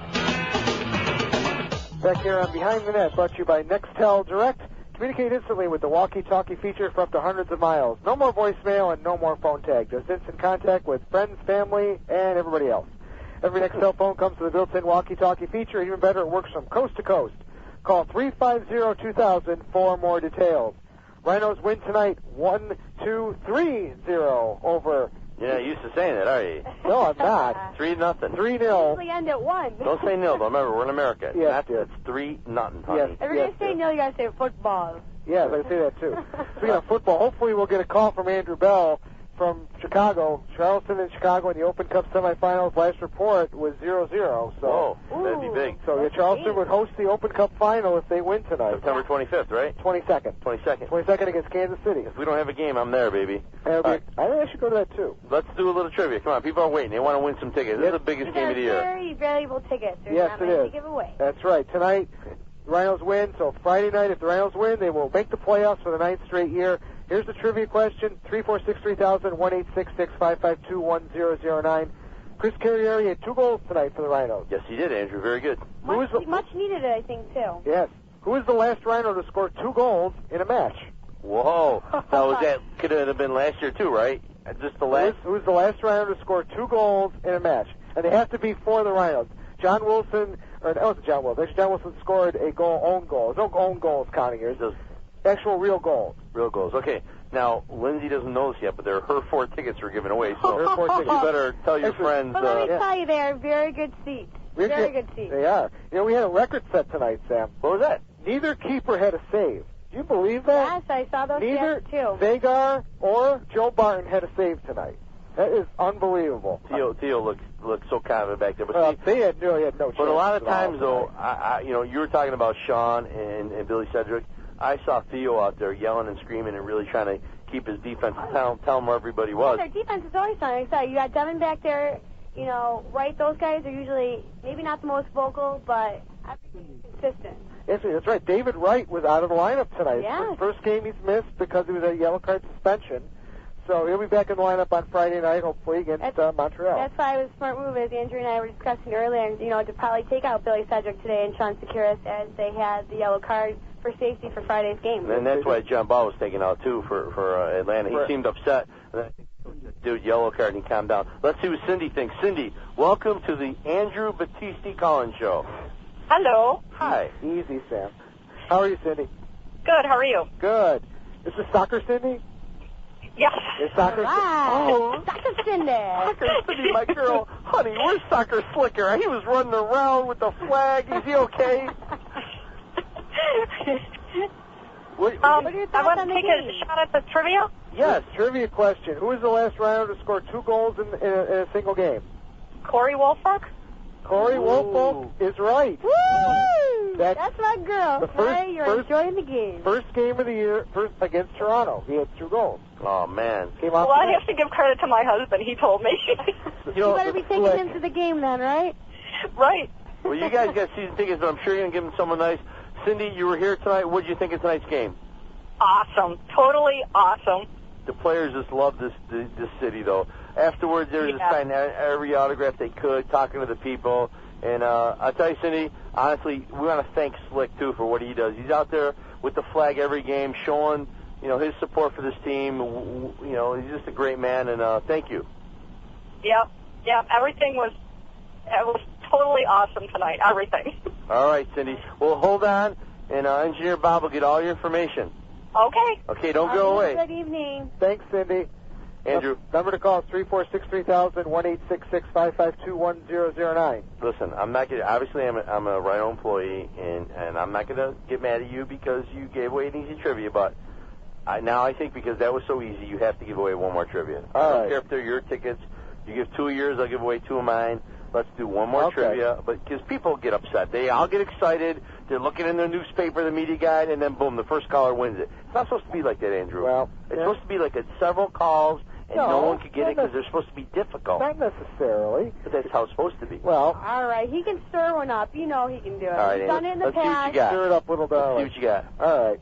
346-3000, 1-866-552-1009.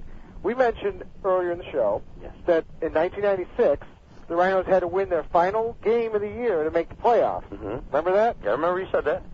Who did the Rhinos beat in 1996 in their last game of the regular season to make the playoffs? Wow, I was there. You guys better be getting your books out for this one.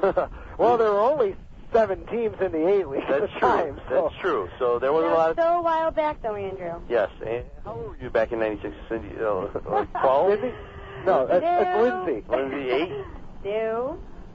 No, she was not of age yet, but but we won't go any further Don't than go that. into detail about that. 346-3000, 1-866-552-1009. We have our next caller on behind the net. Sam, what's going on? How you doing? What a great game tonight, huh? Yes, it was. What are your thoughts on it? I'm sorry? What are your thoughts on the game? My thoughts, just a great game. They played very well. They shot the ball. They didn't try passing too often. You know, they didn't pass the ball around a lot. They shot. How about those 3 goals? You had a hard time scoring lately? Were you excited to watch all 3 of those? I saw 2 of them. You saw 2. You missed one? Yeah, I missed the one. You got to check the news tonight, 11 o'clock, baby. Check it out. I Now, Sammy, sure will. how about a guess at the trivia? How about Hershey? Hershey is so close, but wrong. But you are so close, and I can't even tell you until later on how close you are. I know Thank you, why, guys. too. Thanks, Sam. By the way, I want to mention that Channel 10 News tonight will be on at midnight because of Olympic coverage. Well, how about the beach volleyball, baby? Beach volleyball. How about the women's national team? How about They're Abby race for the gold tomorrow medal. at 2 Those p.m.? are my girls right there. Those are my girls. Tomorrow at 2 p.m., Abby Wambach, our gal from Rochester, along with the rest of the Fab Five from 91, their last game for the women's national team, 2 o'clock against Brazil with Katia and Patinha and unbelievable. Good time to take your lunch break, folks, tomorrow. Brandy Chastain going to play tomorrow? Is her ankle Julie Foudy was Julie there. Foudy, I mean, I sorry. don't know. It's game time decision. All right. So. All right. Well, let me know when. Do you guys know when beach volleyball is on again? It's done. They won. They won the gold they won the medal. gold? You want to won the gold. They should just play one more game. Today. Come They on. should have the beach volleyball encore match. Misty May was in the house for that. Let's go to our next caller on Behind the Net. Caller, what's your name? John. John, how are you? Good. Hey, I just wanted to say thanks to all the Rhinos for sticking around and signing all those autographs tonight. Wasn't that great? That was fantastic. The line was right in front of our table Mine was here. wrapped for over a half an hour. Hey, can I take a shot at your trivia? No, sorry. No, of course you can't. Don't listen to him. Sam didn't take his medicine today. Johnny boy. Now listen, Sammy, I was originally going to say Hershey, and I guess the guy said that was not correct, so I'm going to just throw one out. I don't even know if these guys were in the league at the time, but I'll say Pittsburgh. Pittsburgh was not in the league back then, and it's wrong. I'm sorry. Nice try. Right. But thank you, and you're player of the game if you had to pick one guy tonight, John. Man, I'm going to go... I'm a Sedgewick fan because he's a wild man. He plays hard, man. Billy's a great person, All the too. time. But, you know, the girls love Chris Carrieri, so you can give him a star. Oh, that doesn't have to be your choice, though. Hey, I appreciate it. Thanks for calling, man. Thanks, All right.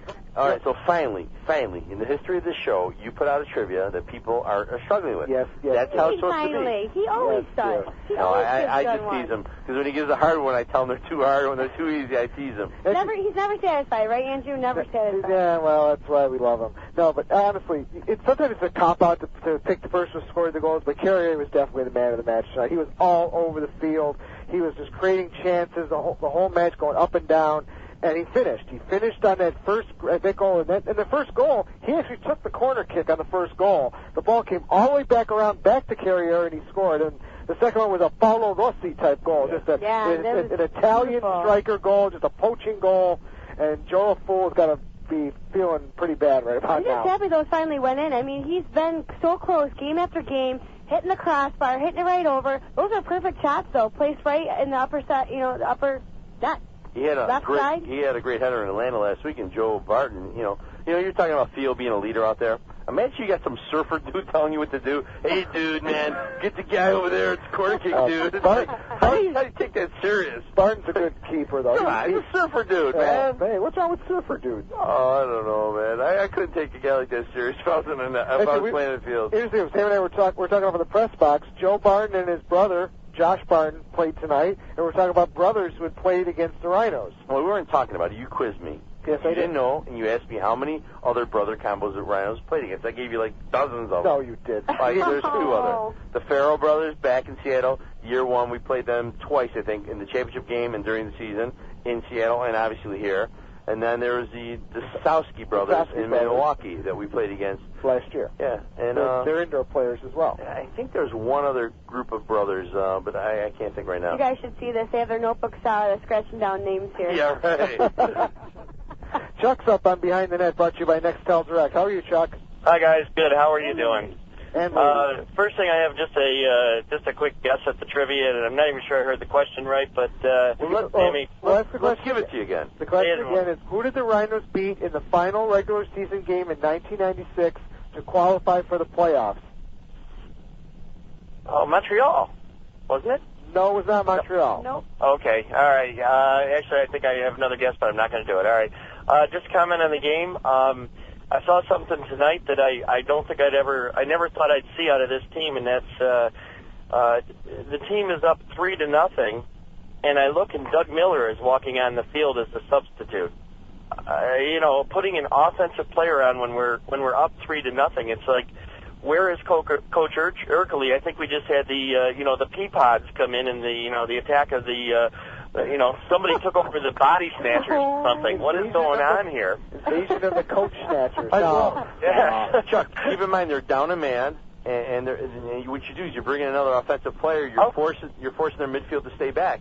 So the chance of them, and I've said that for 20 years in soccer that I've been involved. When you're up, don't go defensive, go offense, because now you're bombarding them constantly, and their midfield's forced to stay back. I totally agree. Let's face it. There's the old saying. There's nothing offensive about offensive soccer, but you and I know that there's one person at the top there that hasn't seemed to believe that for the last few years, and all of a sudden tonight he seemed to believe it. So I'd say, hey, my hat's off, and keep doing it, Yeah, and Miller was very effective. He didn't score, but he had some great chances. He had some really good chances. Absolutely. Especially when they went to 3 backs. I mean, Miller was just going into spaces. And again, I'm just thinking of talking to Jeff DeVrank in the press box.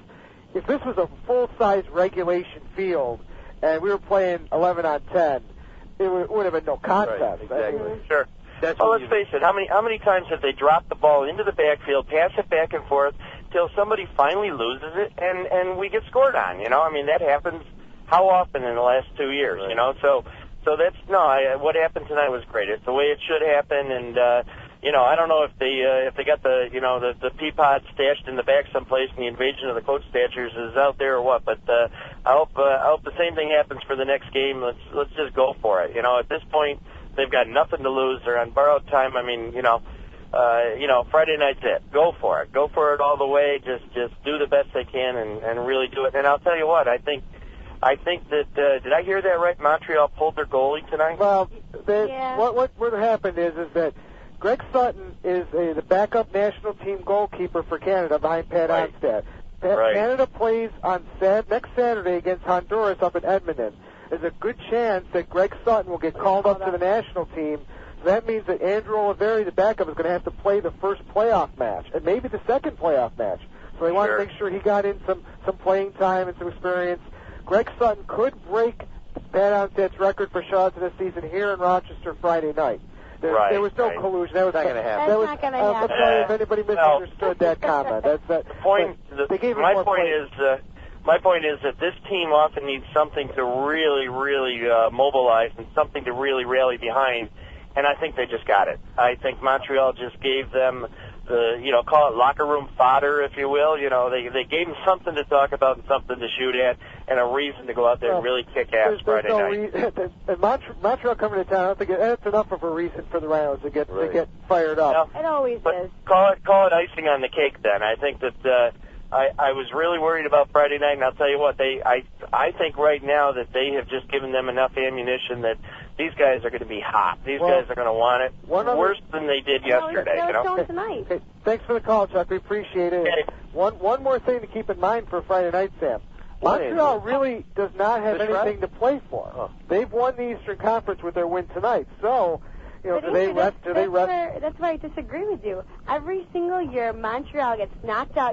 They might come into the playoffs in first or second, leading. They get knocked off in the first or second round. I think this is a very important game. If Montreal wants to show what they have, and if they have the opportunity to knock out the Rhinos, what better chance to do it this Friday? I love this. Well, that's such a great point. Well, but something else to keep in mind. Montreal has one more game left after Friday night. They have to play Sunday against Richmond. So they've played 4 games in 8 days themselves. So Rhinos a more important game than Richmond. Well, no, it could. Well, if Montreal loses to the Rhinos, Richmond can't catch them. Richmond and Montreal are already in the playoffs. They've already clinched. Yeah, Montreal clinched the East tonight. So really, Richmond and Montreal have nothing to play for. They'll be finishing first and second. You guys are both really good at what you do. I'm enjoying this. This is good soccer talk. It is. Well, here's the question for you guys. What? If the Rhinos make the playoffs, who would you rather play, Montreal or Richmond? Montreal could be shorthanded. I think we could beat either team. I've seen both teams. I think we play like we played tonight, and like I've seen these guys play at times when they want to play. We could beat anybody in the league, including Montreal. Montreal has got their midfield isn't so hot, honestly, and their defense.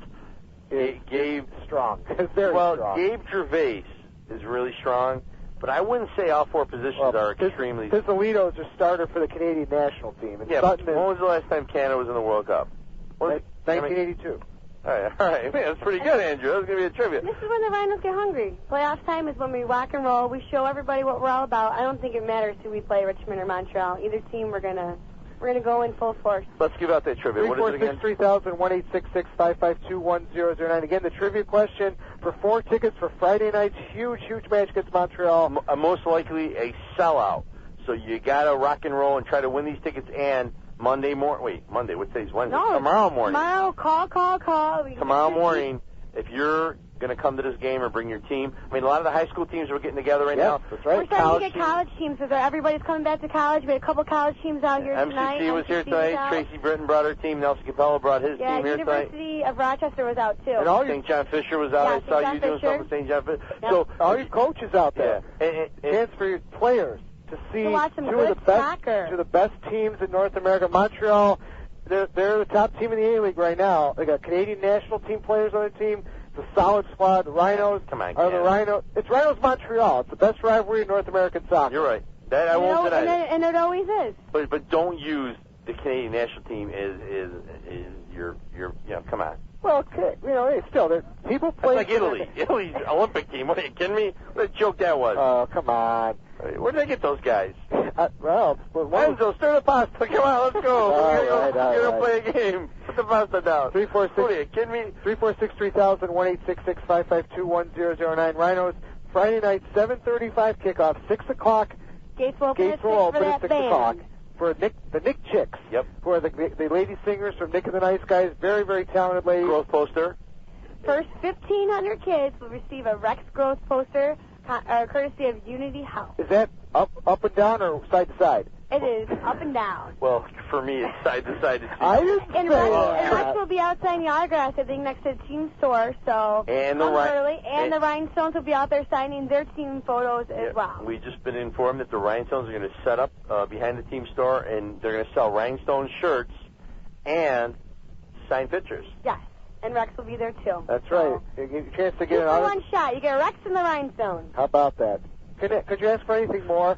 Only if Sam signs some autographs. No, I don't do autographs when the Rhinestones are. I got to stay away from them ladies. You have to stay away from Lindsay. He's right but here. I'm also not a Rhinestone. That's right. That's true. So Friday nights, Montreal.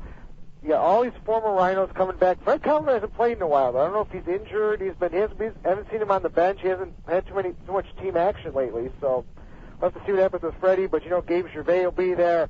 And Mauro Biello, Eddie Sabrango, Yuri Lavranenko. But we got to thank Yuri. Yuri scored the winning goal against the beat Atlanta. So we got to We're all doing those silent yeses in the office. Yeah, that was something. So Atlanta, though, they can still make the playoffs. If they beat Toronto and Syracuse loses to Virginia Beach, Atlanta will make the playoffs. Syracuse needs a win or a tie on Saturday against Virginia Beach to make the playoffs. How about that? If Rochester and Syracuse get into the playoffs, you could be playing Syracuse in the playoffs. Yeah, that's kind of. I'm hoping Atlanta gets eliminated because I'd love to see Syracuse. It's just up the street.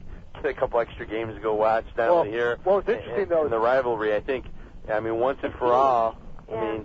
One thing though that's interesting, and I feel bad for Syracuse. They're in the same situation as the Rhinos. They play in a baseball stadium. They share it with the Sky Chiefs.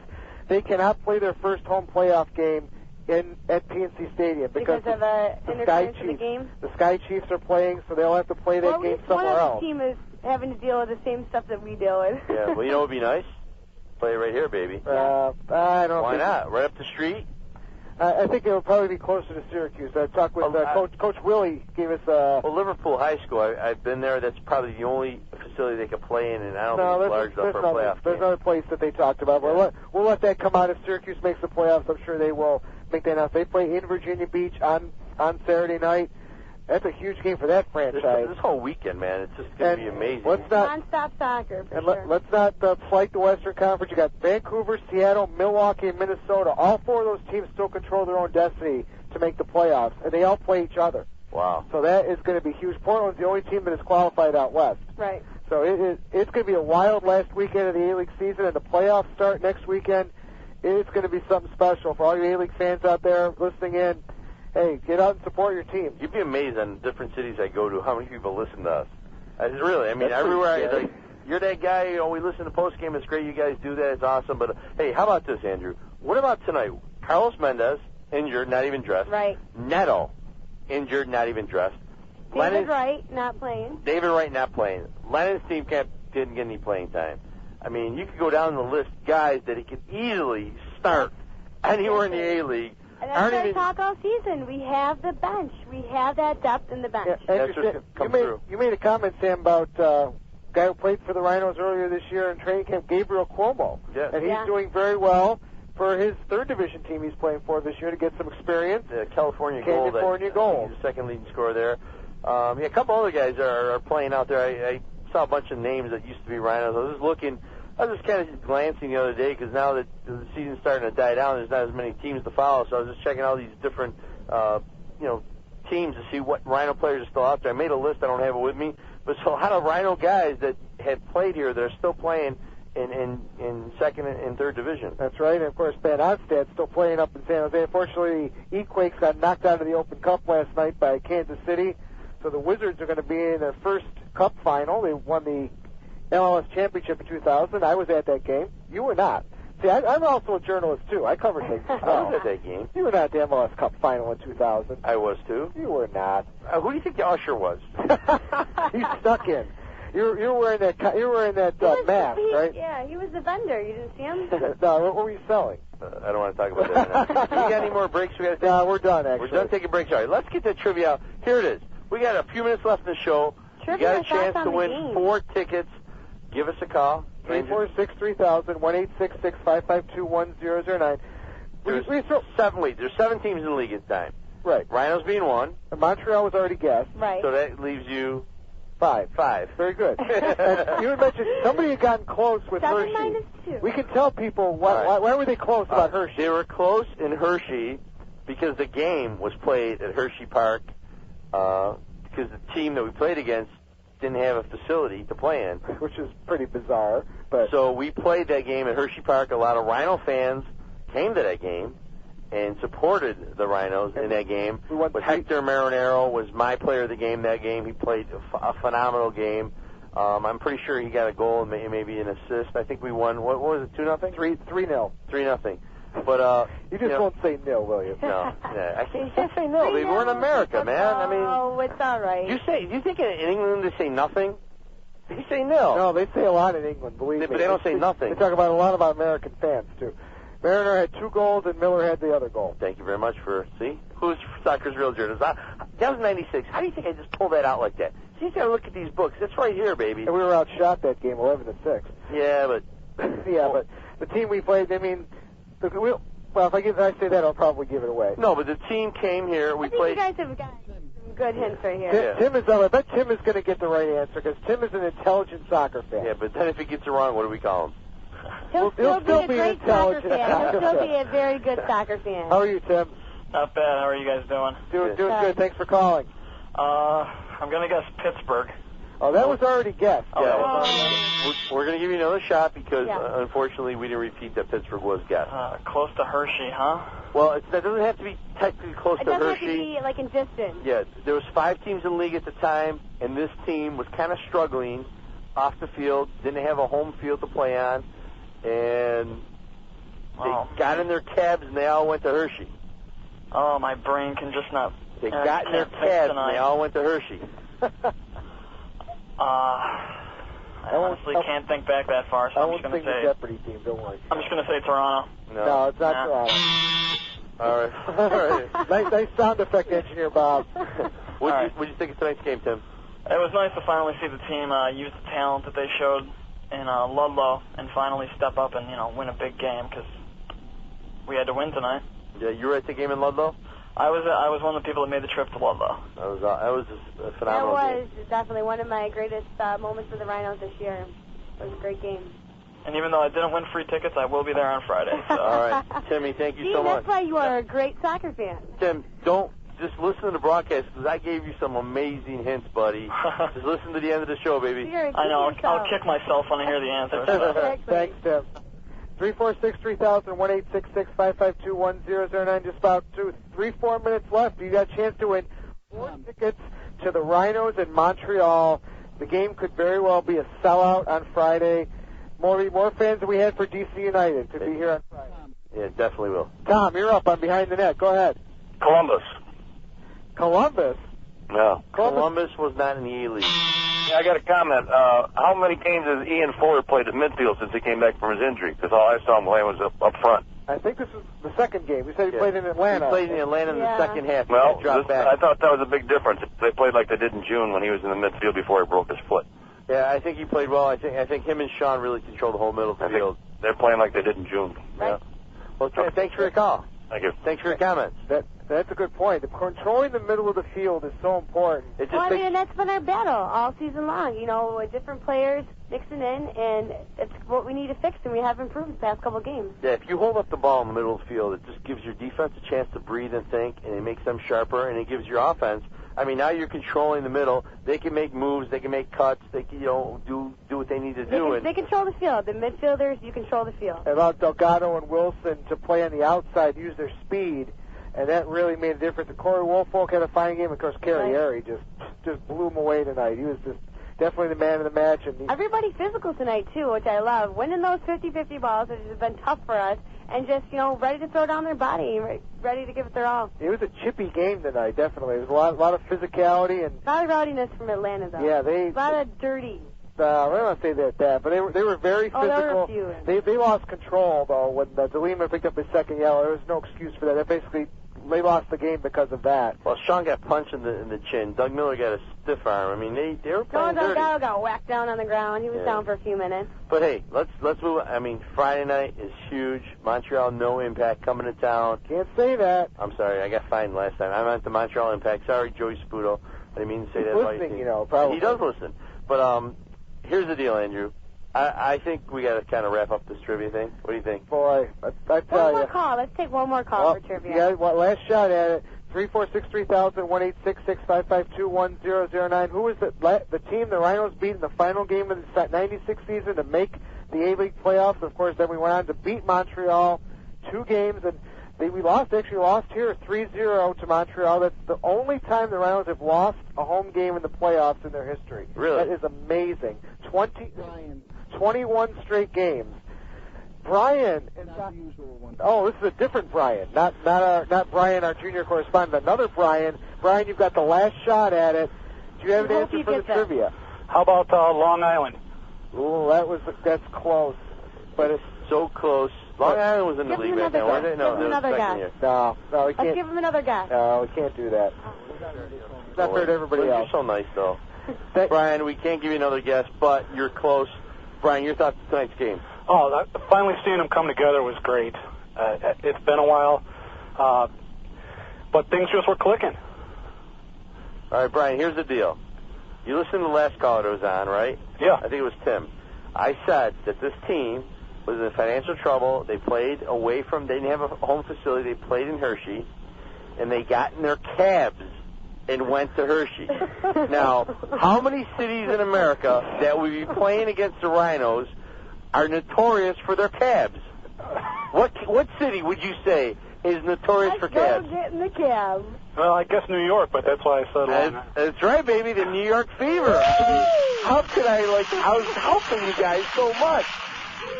That's the only way to travel is by those cabs. It's like they don't even have seatbelts in those cabs. They send you a little. Those are some crazy drivers. Good luck. I've had some experiences. I don't even know that I could write for a book. The late lamented. You know who was on that team, Sam? Who was on? Carlos Dimosa was on the New York Fever. That's how he got a start in soccer. That's right. Then he went on, of course, to play for the national team and plays for the New England Revolution now. And a lot of players that ended up being indoor stars were on that team at the time. But I'm sorry you didn't get it. But okay. Thanks for listening. I hope you enjoyed tonight's game. I did, and I'll see you there Friday anyway. Thanks, Brian. We appreciate it. That's so awesome that you called, man. Hey, Andrew, you're going to ask me my final thoughts. My final thoughts are my prediction tonight, and Lindsay, you were there all day in the office. I predicted 4-1. You did predict 4-1. I was here today at practice this morning, and the guys were taking shots from everywhere, shooting drills like you wouldn't believe. They seemed fired up, and I knew it was going to be a high-scoring game. And in reality, it could have easily been 4-0, 5-0. Every single day of practice, too, this past week. Yeah. You know, if anybody went to practice, that's what you saw. Hard work, nonstop the whole time. All right, Andrew, I'm out. Lindsay, I'm out. You guys have a great time, and I'll see you both Friday. That's right. Sam, thanks very much, as always. Bye, honey. Bye-bye, honey.